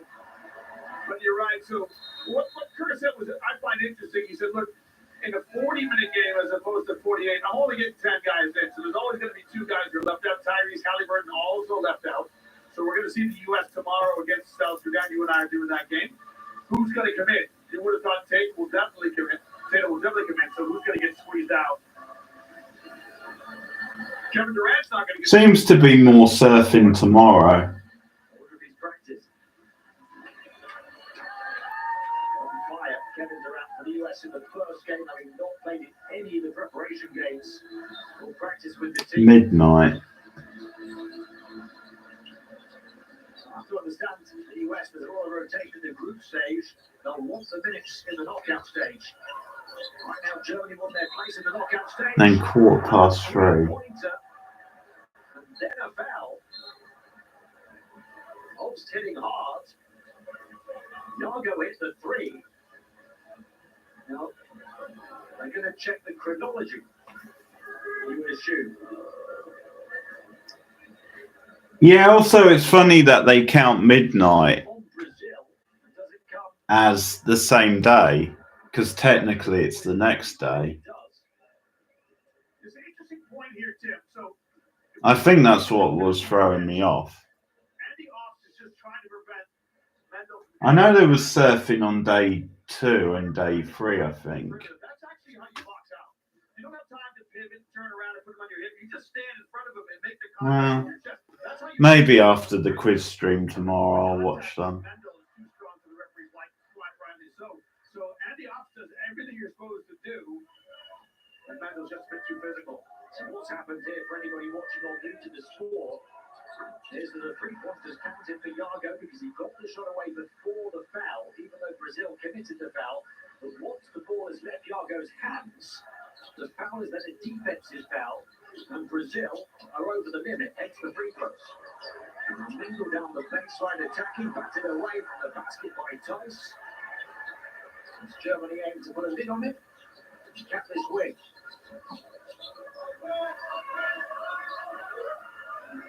Another minute and a half, Schroeder stumbles, Yago will try and wrestle it off him. These two have been going at it in this possession the full length of the floor. Santos was completely denying the ball to Dennis Schroeder, beg your pardon. Then Schroeder comes back to get it, and his on-ball defense has been outstanding. Ties him up. It's a real mano-a-mano. Good contest.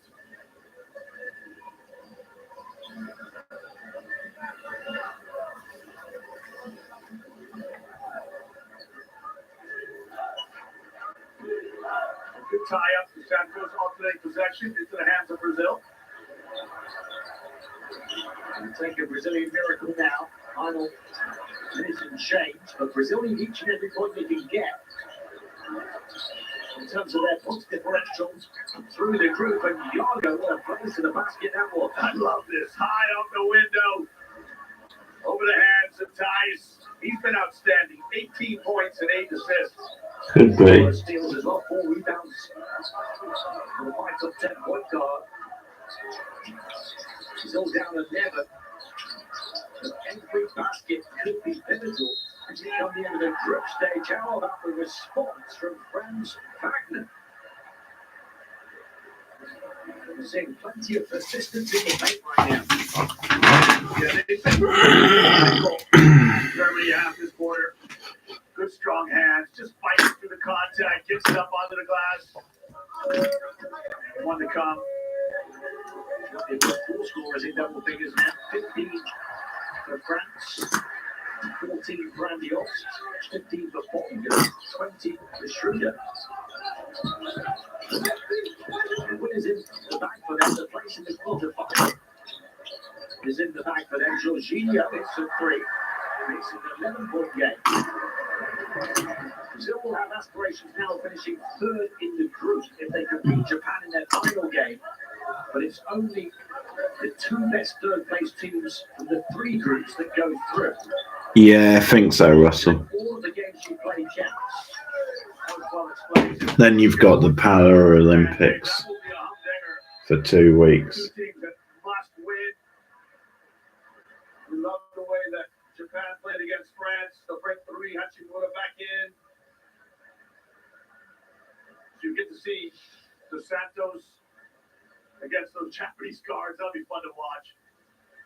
So Germany against France in the final game is going to be the top spot in the group. The 2 teams that we now know will go into the quarterfinal draw from Group B.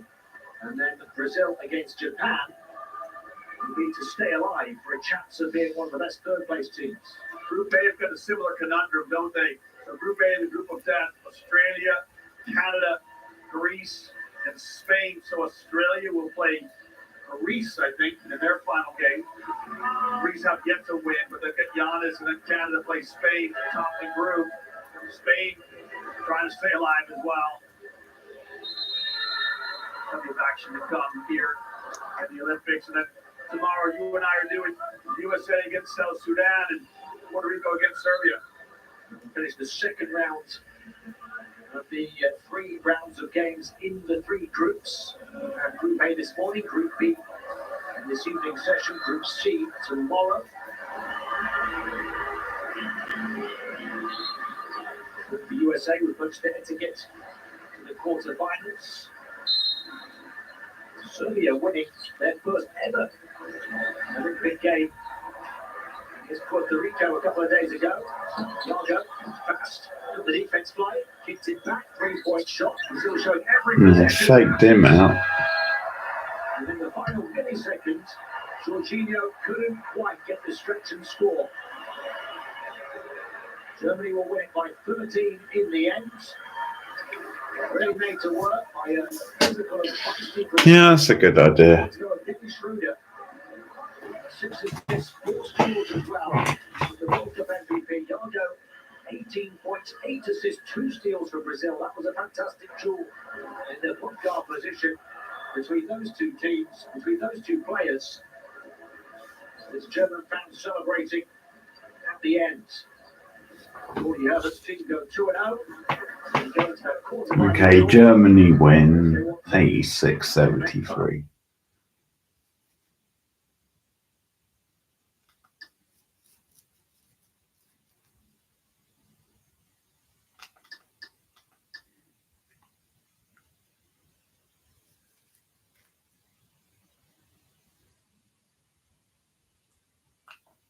Okay.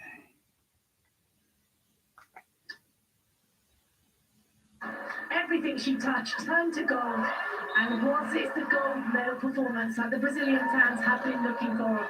It's been a long time since Brazil have been on top of the beach volleyball podium since 1996. I've got the beach volleyball up on now. Could this be the Olympics that Brazil get back to it? Time will tell as Brazil took this one out in 2.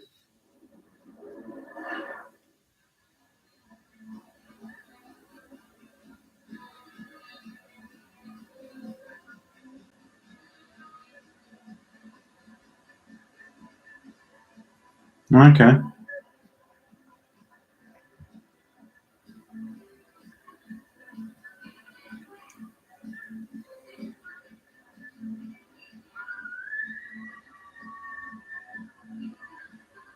Match 2 of our 12th session on day 4. One more match to come. Incredible arena under the Eiffel Tower Stadium. Well, it really literally doesn't get much better than this.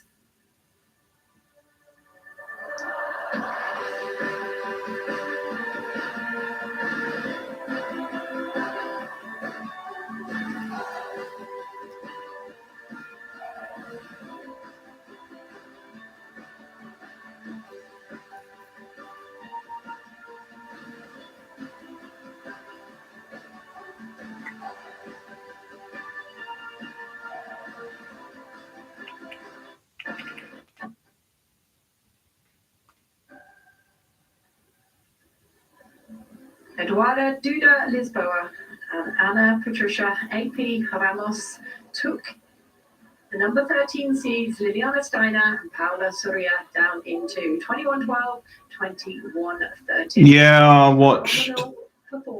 watched a match of that yesterday. I watched Netherlands against Turkey.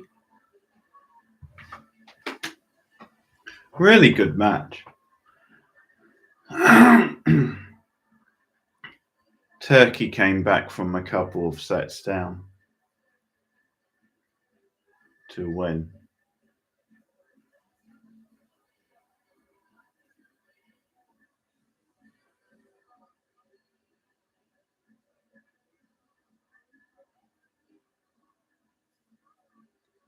The Eiffel Tower Arena.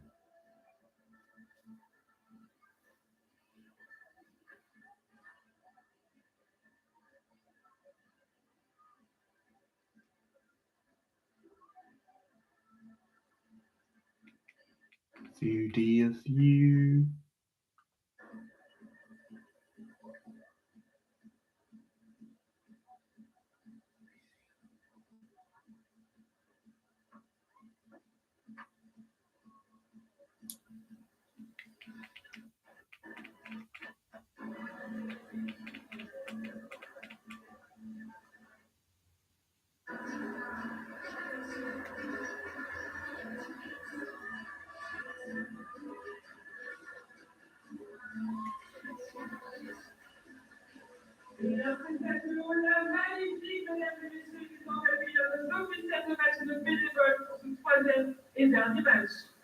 Ladies and gentlemen, please welcome the officials and volunteers for our last match of the night.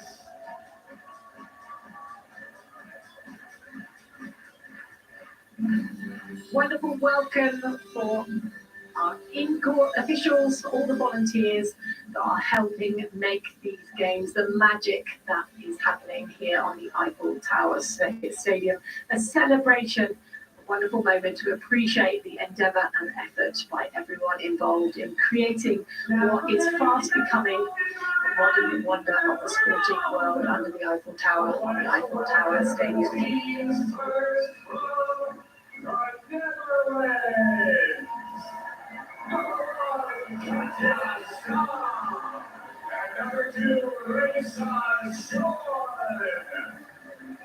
The number 8 seeds from the Netherlands, Rijzerswijn and Kazachstan.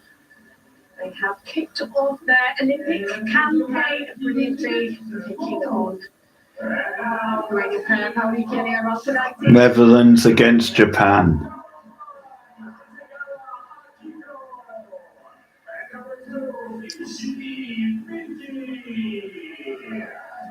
The number 20 seeds from Japan, Hasegawa Akiko and Ishii Miki, looking for Number 20 seeds, Japan against the number 8 seeds, from Brazil. Holland.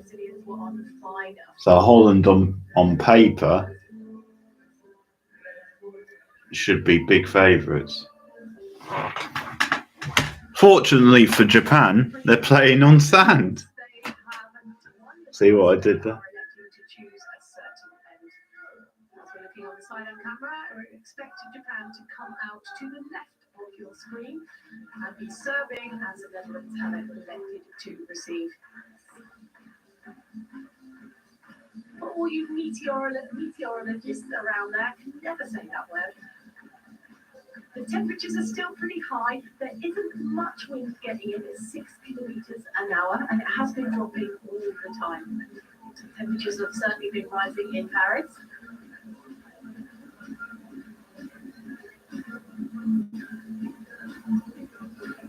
The Netherlands had a very tricky opening game. The Lithuanian pair, Pauli and Raukalainen, in their debut Olympics.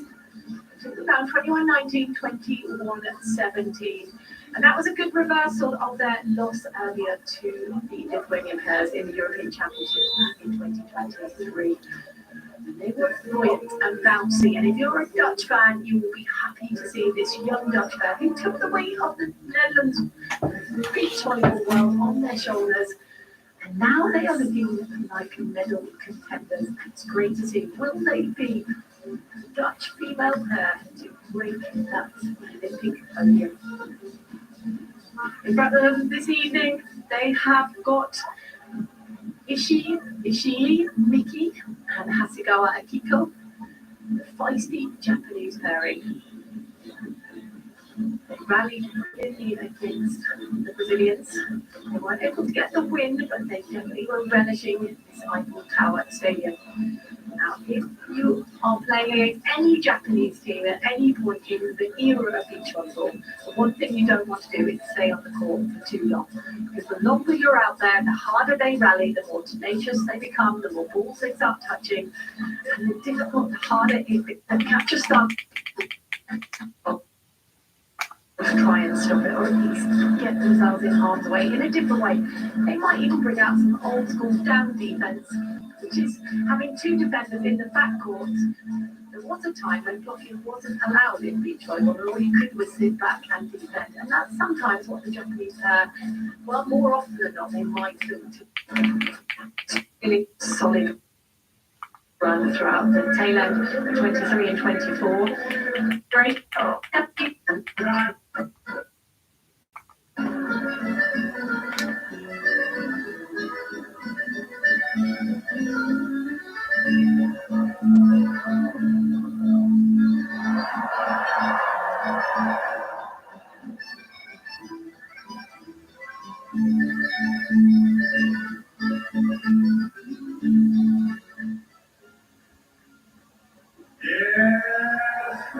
a treat for the stadium. Cool. If you've got centre stage tickets coming into Paris, there is no better place to be.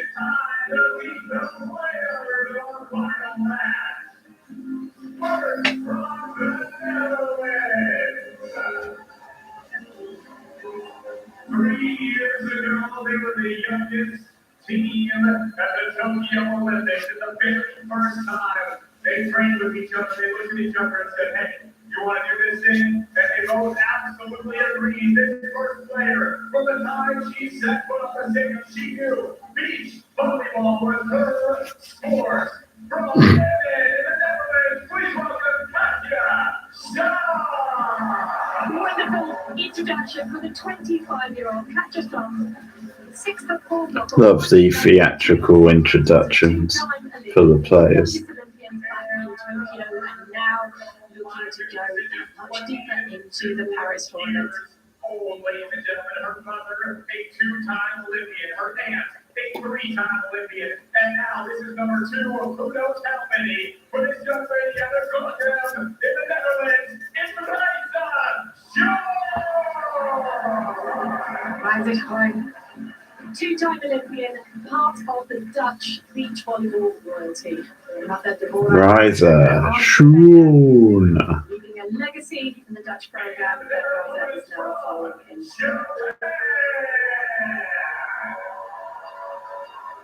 Well, that's not a story for these two players. They've only been playing together for about 4 months, ladies and gentlemen.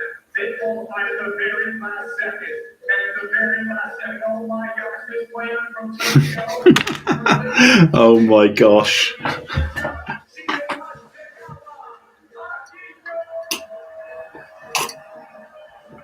Hasegawa Kiko, her Olympic debut, the 38-year-old, 5'9" blocker, 175 centimeters, loving the Eiffel Tower Stadium and looking to get lively on her way through the common. And she played absolutely fantastic to make it here at the last second. Out of Fujisawa, Japan, it's Shimiki, the 34-year-old defender, 5'8", 172 centimeters, two-time Olympian. Winner of the Asian Continental Cup. They beat China for that place through the 5 continental spaces that are available. Fast track team, and they are both happy, smiling. And even they can get their serve and defense working, then they could be problematic.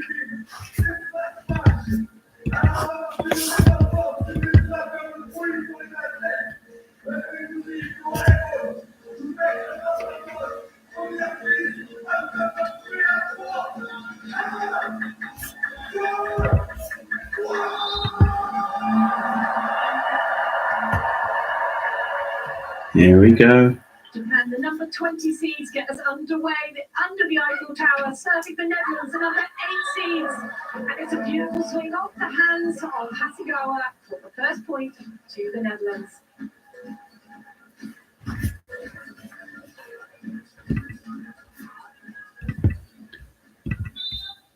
Netherlands seem to be big favourites, but you never know.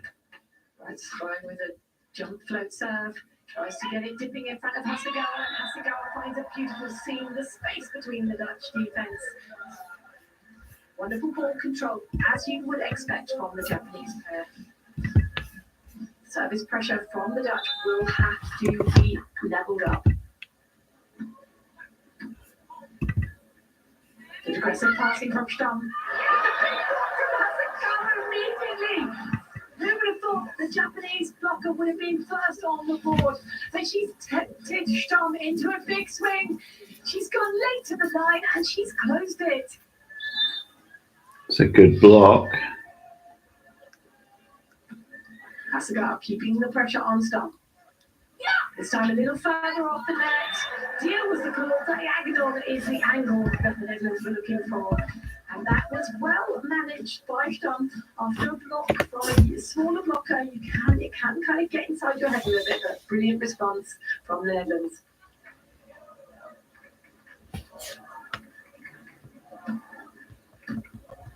Again, lovely ball control. Aggressive setting the net, playing for the Netherlands, slowing it down and playing it perfectly to Stamm. And this time Stamm way above Hasegawa. Okay, you might block me once, but this is where you've got to reach if you want me again.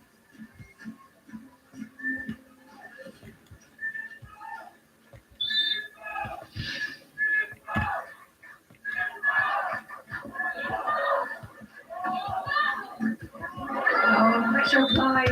Hasegawa desperately trying to backpedal and take the platform with her, but it's deconstructed from the Dutch block. That is what you get from the 6'4" blocker. Comes down fast. Purposeful, poised. Hasegawa makes a switch. And Stamm goes after her. Japan thinking fast, trying to change the picture, changing sides before they go into the end switch. They're not looking to take their time out just yet. They've had a pretty good start, but now the Netherlands are pushing back hard.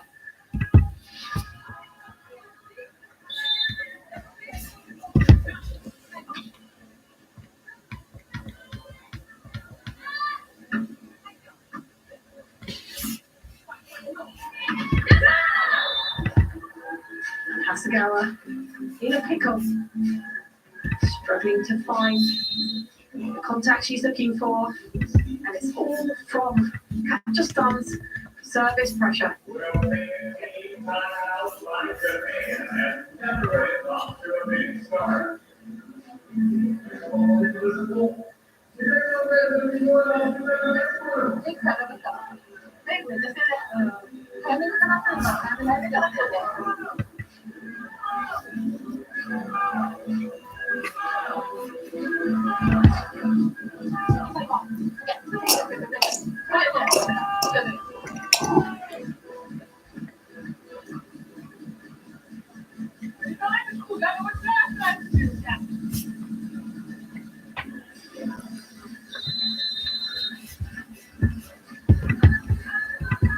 Tsuyoshi Mochizuki, the head coach of the Japanese program, will be looking on anxiously outside of the stadium. Beach volleyball coaches aren't part of the team once they get into the court. It's very much the two players have to manage this moment. And that is a good timeout for Japan. It does what it says on the tin. Take a timeout and hopefully put the other team on ice. And for that moment, they've got the service error. The job well done.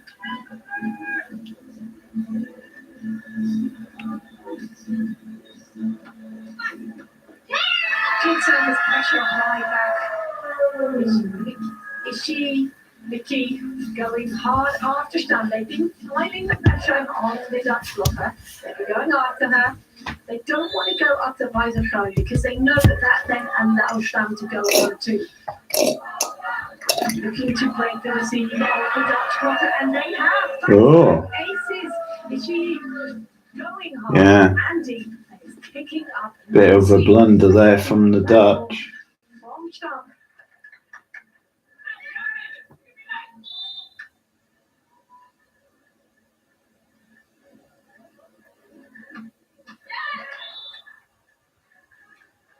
You can hear the crowd willing the underdogs, Japan, the number 20 seeds up against the number 8 seeds from the Netherlands.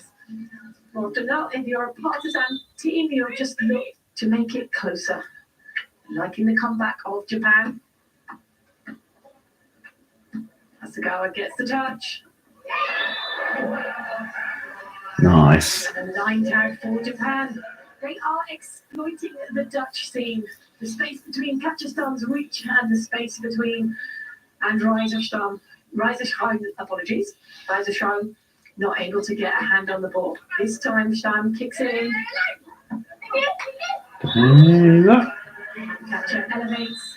And again, the Netherlands taking it to the net, making sure that they force the Japanese blocker to remain at the net, and then that opens up a huge defensive space. They don't have to do too much.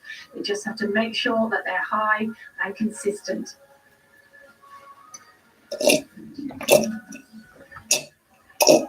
And doing well on some surface pressure. They have to keep their side-out game going. Hasegawa has been the principal target, and the Netherlands go there again. Ishii delivers its tight, and that's a lovely cut. Potentially, it was in Stamm's territory at the net, couldn't quite get the reach he's looking for. The fans, the Hasegawa fans, are out in fine form.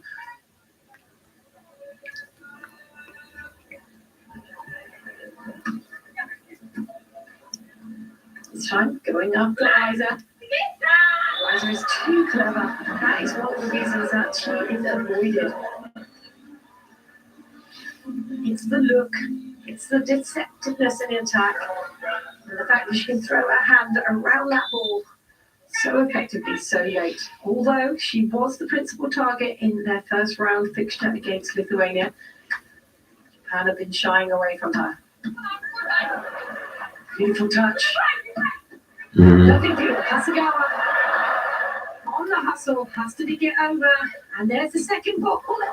Oh, yeah, good block. Did she get there again? Oh. She valiantly threw everything at it, and the crowd loved it. Good effort.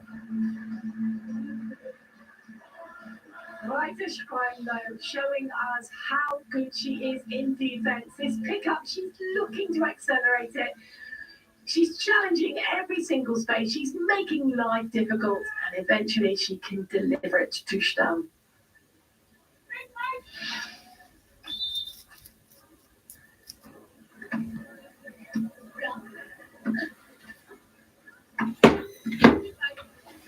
Trying holding her ground. Good kick from Hasegawa.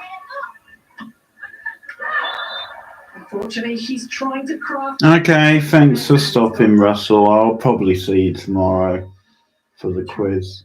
You can see Ishii trying to kick this dig in. She's got a swing. Have a good one. It's not close enough, and the angles have disappeared from the Japanese offense. The on-two, smothered. The catcher's found at the net. Knew it was coming. Ishii trying to help the Japanese pair out. Her partner's under pressure. The service pressure has been relentless from the Netherlands.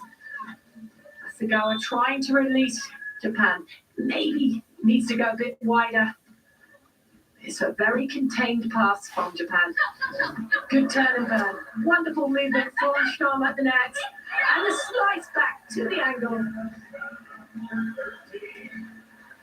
It was the block pressure from capture. She elevates so that as the pokey comes over, it has to go a little bit higher, and that gives her time to land the turn and burn, making it look easy. Again, a set rhythm from Stamm, going back to Stamm. Very sweet. As is the defensive move from Stamm. Hasegawa making some beautiful peels, touching everything. And you've got to think to yourself, if they can keep it on Japan, the angle of Japan's attack does mean that Japan can get more involved. Because the offense from catcher is too high. Stamm, 6'4", can get incredible angles, and the set quality from Reiser is so advanced.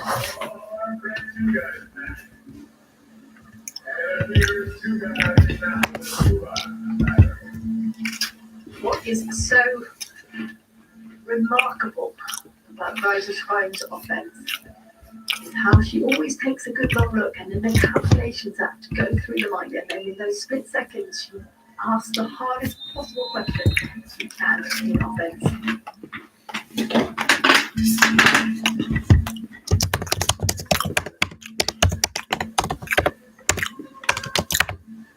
Coming out of the technical timeout, the Netherlands have got a convincing lead, 14-7.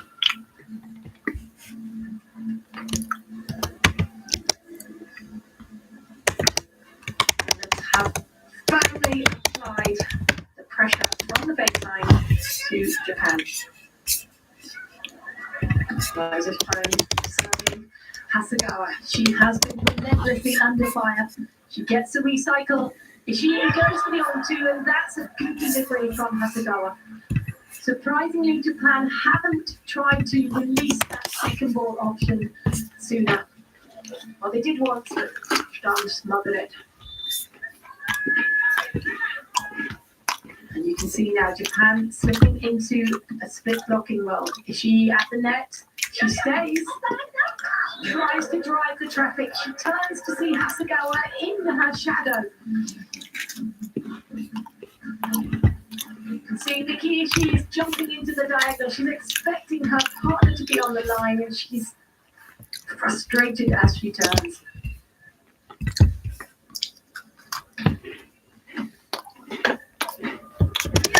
Good swing. She catches her hands It's an aggressive swing by Hasegawa Akiko.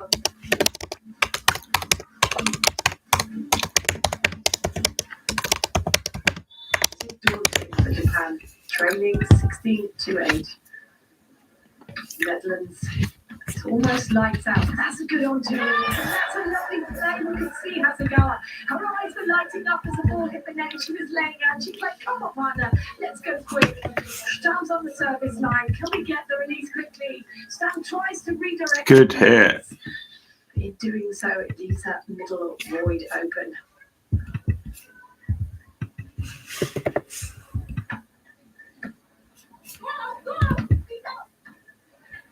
Good positional play from Ishii. Phenomenal drop. This is Japan at their best. They're thinking. You can see Miki Ishii. She is really trying to adapt their strategy. Could it be a Japan comeback? They have to dismantle them from the serve, and she's going through the middle, but hits the top of the tape, bounces back on their side. As you would expect, an undersized Japanese beach volleyball player have to craft in a different way. Netherlands go after Ishii because she took the second ball, and she releases Hasegawa on the second ball herself. And that was lovely. What Japan did here, and Ishii does, is recycle the ball really nicely. She puts it up quickly, forcing Stamm to have to get out there wide, and Hasegawa going through the uprights. Smiles on Phone's face. 17-11 up, why wouldn't you be?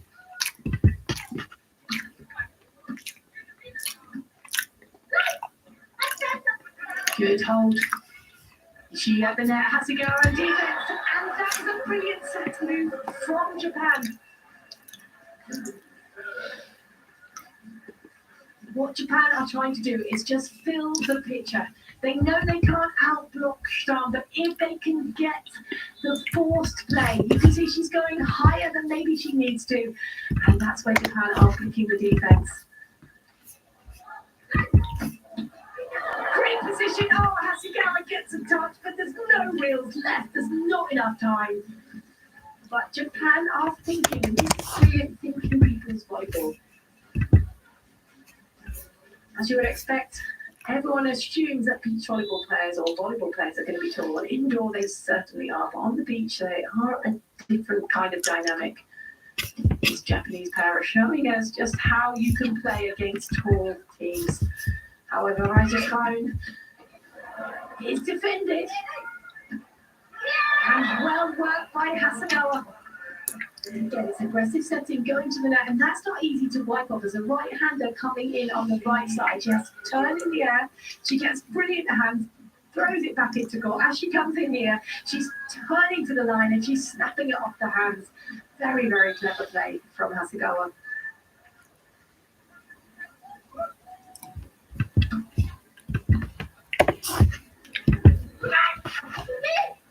Good turn of Bernie. Wonderful movement. Ishii up in the air. Yes, come on. Kazakhstan's hands are for the taking. 18-14. They started split blocking. They started creating different moves in defense. Dutch pair aren't as clear in their vision as to where they're going to attack. Now, Japan playing the long game is what you want to avoid against any Japanese pair, and the Dutch, knowing that the momentum is going away from them, calling the timeout.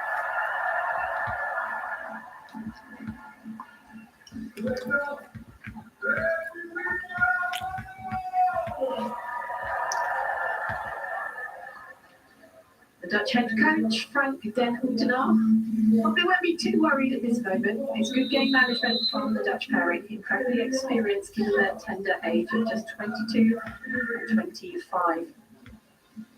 Both share the same birthday. What a lovely thing that must be. Birthday party celebrations. This is a crucial point for both teams. After the timeout,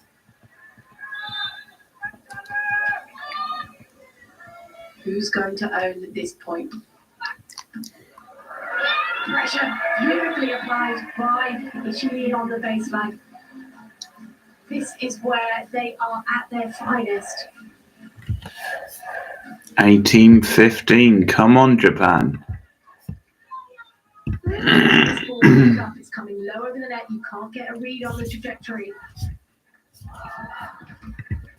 Dipping, good take. Running the back set, forced into the back set. Oh, and Ishii gets a big touch on it. But the heat from Stamm too much.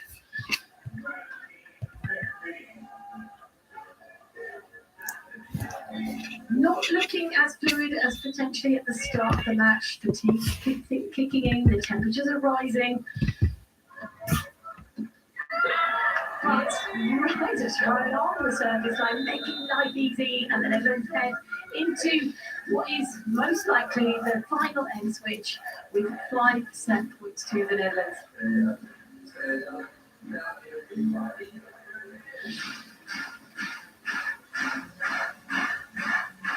Ryder's time serving for the first set, 20-15.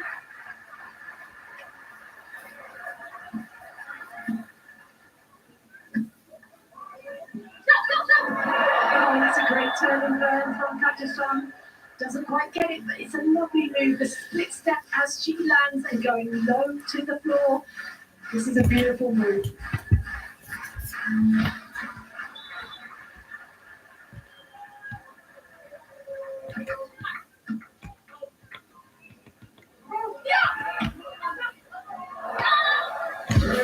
And has it hit the line? It certainly has. And the Netherlands take it at the second time of asking, 21-16.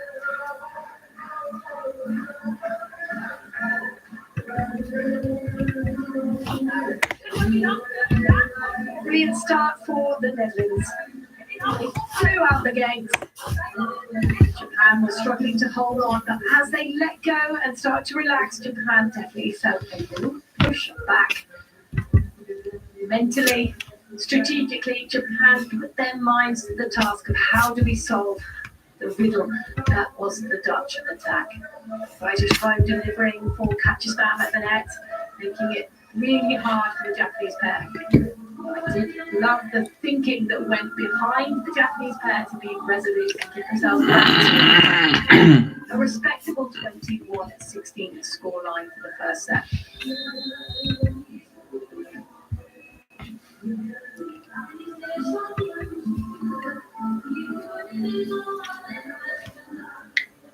Just confirmation, the digs from Ryder's home out digging a Japanese defender. Not easy to do, but block on Kyrgyzstan, driving the offense.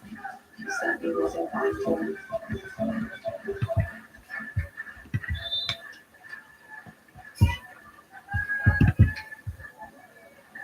Ishii Miki gets us underway at the start of the second set.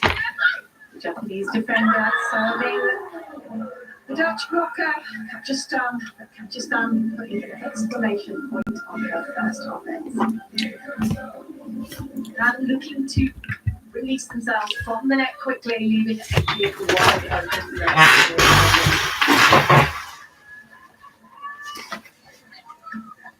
Great take. It's a good serve, but Japan own the middle, but that second time laying out, picking up, and it's just a little jaded by Riza as she's in here. She understands exactly what she needs to do. And she just turns around, ball delivered. Even whether it's a knuckle, a spike, it doesn't matter. And the signals from Kyrgyzstan for an open hand. Maybe she's just going after the ball and she gets it. And back-to-back blocks by Kyrgyzstan, working incredibly hard at the net. Massive lateral move. Japan looking to break down her block, but she worked tirelessly to get out. And the timing, but it's the slugger, that left arm hanging in the air.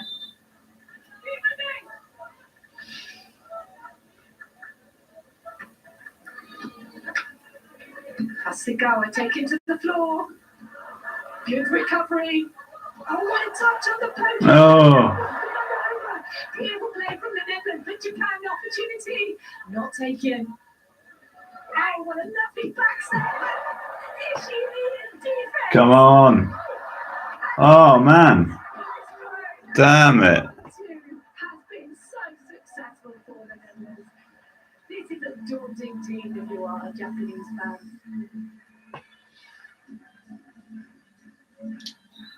Sublime defense by everyone, but that recovery from the Netherlands, they hung on. The pickups were at the max, but the finish from Stam, as always from this Dutch pairing in this tournament so far, has been, well, it's a thing of beauty if you're a Dutch fan. Timeout finally called by Japan, trailing 4-0 at the start of the second set. Felt it was coming.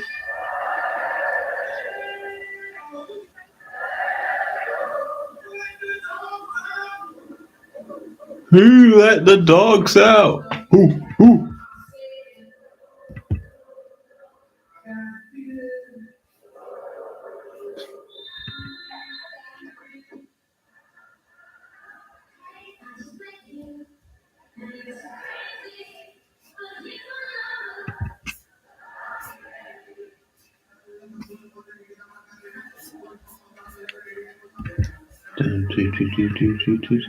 Hey, Macarena.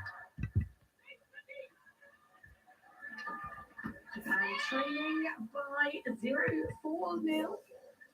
Get the first point. Timeouts have been effective for them. They've definitely disrupted the service pressure from the Netherlands. Nothing to worry about, but way to stop the Dutch coming at you.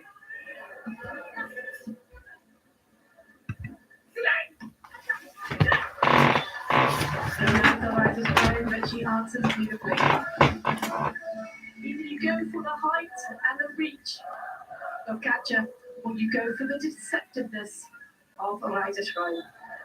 It's difficult for Japan to pick their poison and find a way through.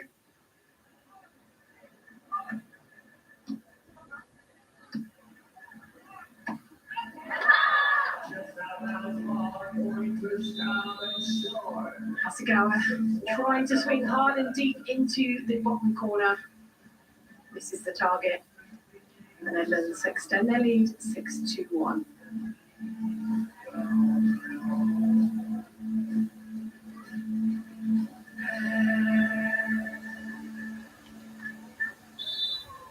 Future certainly looks bright for this Dutch pair.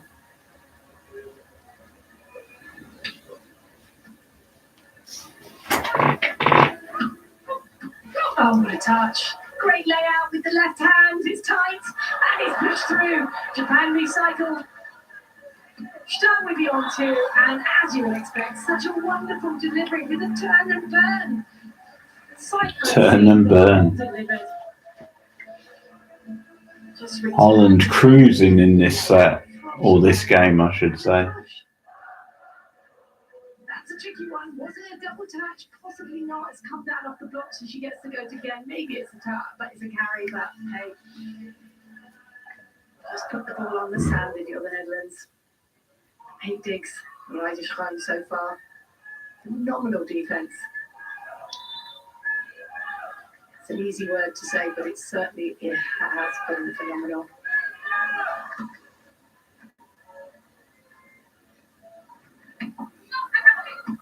Good recycle from Japan, and they finally find a way through. The on-2 option has been working really well for Japan. If they can get that ball going a little bit more, possibly from the service received, then they might be able to get their way back into this match.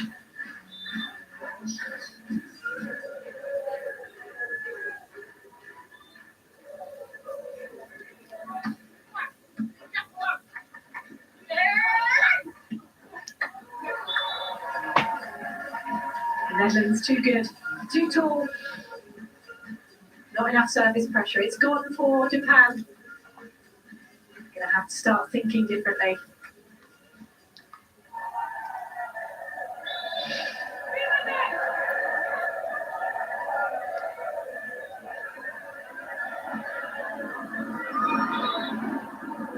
There's a break.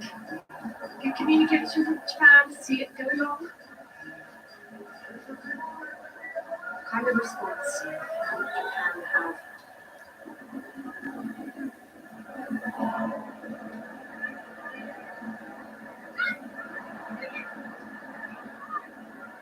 And scramble it back, but the Netherlands with another opportunity.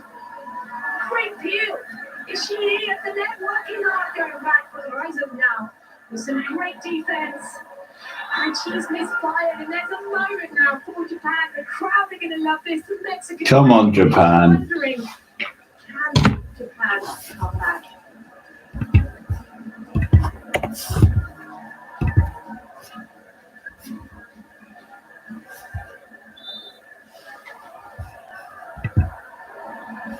Sagawa serving, playing some defense. She at the net, she's forced to stay. And she finds herself in the net. Getting a little bit too not greedy, ambitious with the block. She's definitely done the job. She's driven it to Hasegawa. Hasegawa's got a touch on it, but the net touch means that the ball is dead. Netherlands up 9-4. It's not a cruise, but they're making it look a lot of fun. Down with a great peel and a tumble court defense. Oh, what a touch! She is in such a prime position. The pinball rally. Wow! Going for the jumper, and it's a miscue, and that is sublime from Reiserstrom with yet another impeccable defense.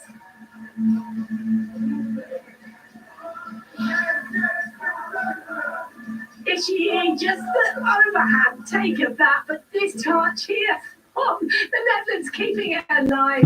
And the question asked by Reiserstrom just keeps that ball flying. You've got to love that. That was brilliant defense.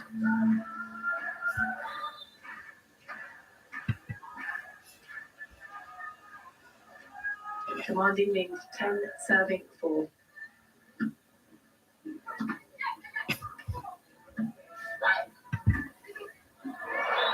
And catch your son.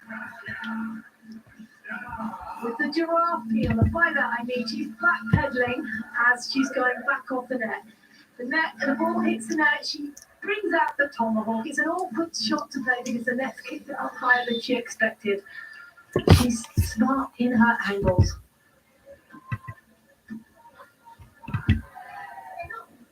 Stump peels again and gets a lovely dig.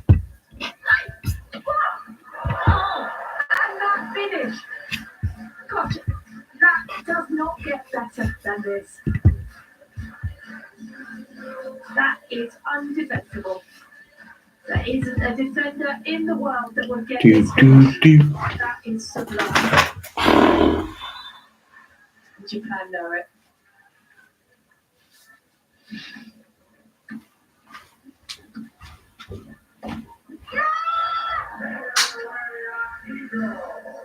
And now for Japan, it's a case of how long can they hold on. You never know if you're going to turn a team. At the moment, you don't feel like the Netherlands are going anywhere. If you can keep your head just 1 point at a time, anything is possible. Especially if you get an ace like that. What a serve is she?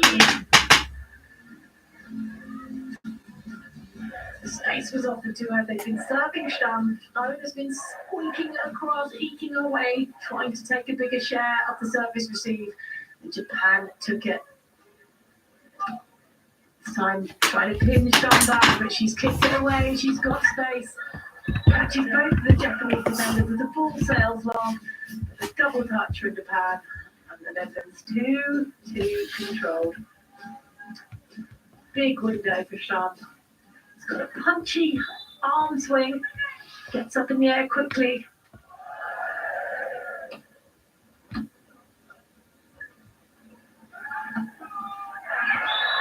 Lovely move. Well contained.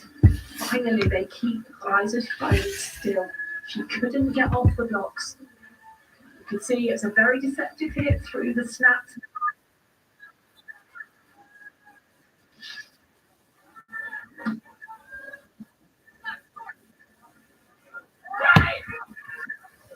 Good touch, Hasegawa. Gets the touch. It's you with her wheels on.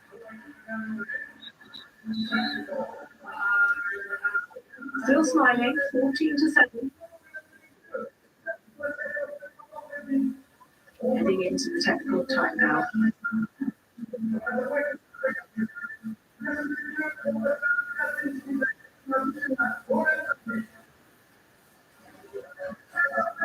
And in exactly the same position in the first set, 14-7 down in the technical timeout. Figured stuff out. Switched up the defense. And then slow down the surface pressure. What do you mean by that? Do you mean he's actually bored now? Or you mean he's similar to me?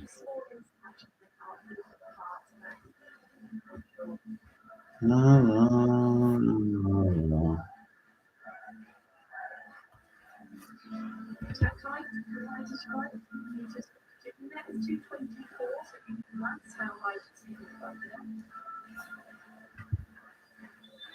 Similar. Okay. In some ways, yeah, I guess. 14-7. She gets the ball to the floor. She's taken into the touch from the ball. She's clever. Such a smart player, and you can see. They're playing the Monsters theme. Not giving up. Looking like they want to serve through the. No, sorry, the Addams Family theme. The other one. Do do do do do do do do. The idea is to take Storm to her right out the court, so then she's going to be attacking. That was enough insight that she could find that space between the two defenders easily. Beautiful contained pass from Hasegawa. Eyes are sitting in the pocket, gets to her dip. Lovely peel. Hasegawa's off the net. It's good for the Netherlands. And finally, Japan get an unforced error. Happened very often. Netherlands have been really dialed in.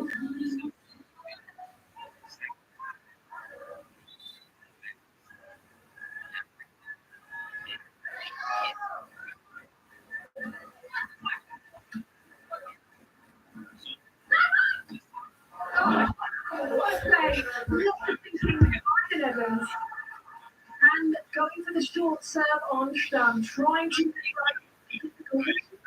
next to run fast round back and could not set the defense up. Working incredibly hard. Pressure is upon the Dutch hooker and she is responding.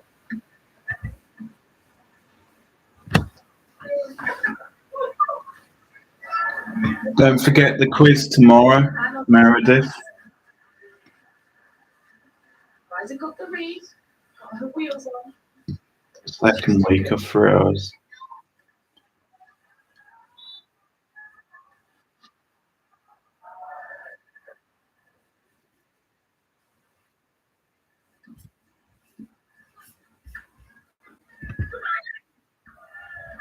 Great hustle.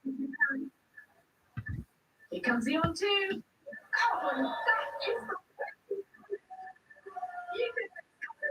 so is she valiantly trying to get in? She knows it's coming. Nothing to be done.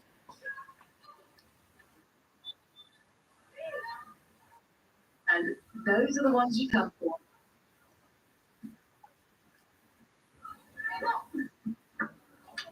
Beautiful peel. Letting for the Netherlands. Now into what is. Yeah, you got a bit lucky there.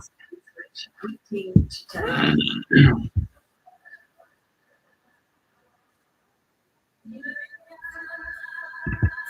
This point, Japan want to stay out here under the lights of the Eiffel Tower Stadium as long as they can.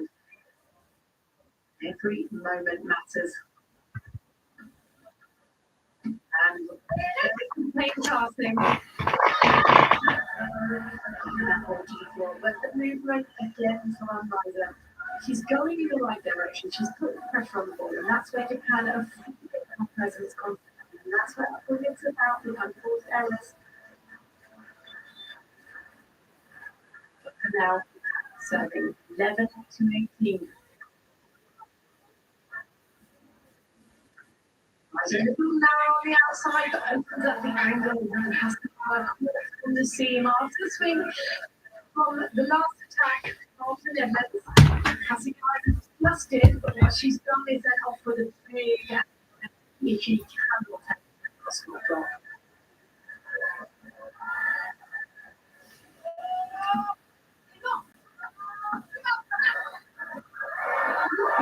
That's touch. A difficult enough question you could see, but it's a very the question asked by Pascal. No,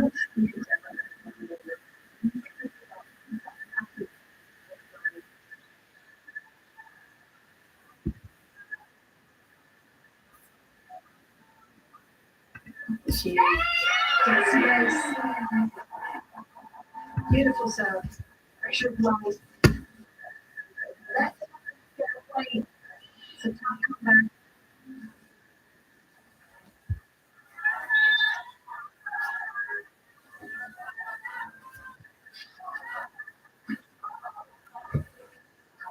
This time, Pakistan keeps it up. That's a beautiful good defense for Japan. Oh, shit. The next got in the way. And now the Netherlands with 7 set points.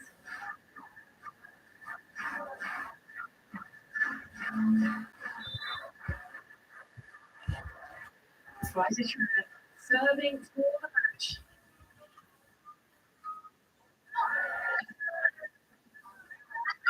And catches down. Tries to get away. She sets Riser up. And then let's just slow this down. They're giving Japan every opportunity. Oh. Valiantly hanging on. Yeah. Match points.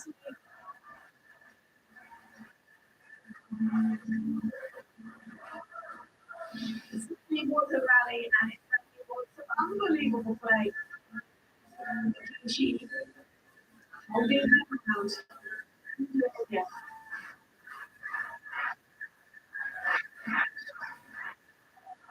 Japan serving match, but it's second long, and the Netherlands take the match in the second match. 21-14.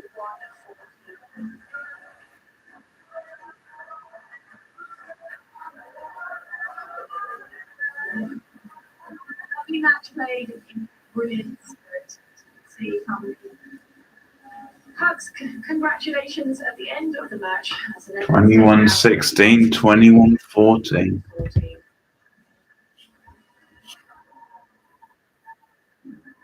Good effort from Japan. Okay, the best of spirits, but the too good tenacious Japanese. They valiantly served and defended the offense confidently as well as the supplementary defense. Rises from much for the day. Confirmation 20 digs for Rises from. That is incredible. No more errors from Japan. Not too many blocks or stun, but it was the fact that Stam was at the net, widening the traffic to Rises Prime that he got so many digs. And there we have confirmation. Brazil and the Netherlands sitting on top with the 2 wins, and Lithuania and Japan fighting it out for that last all important third place.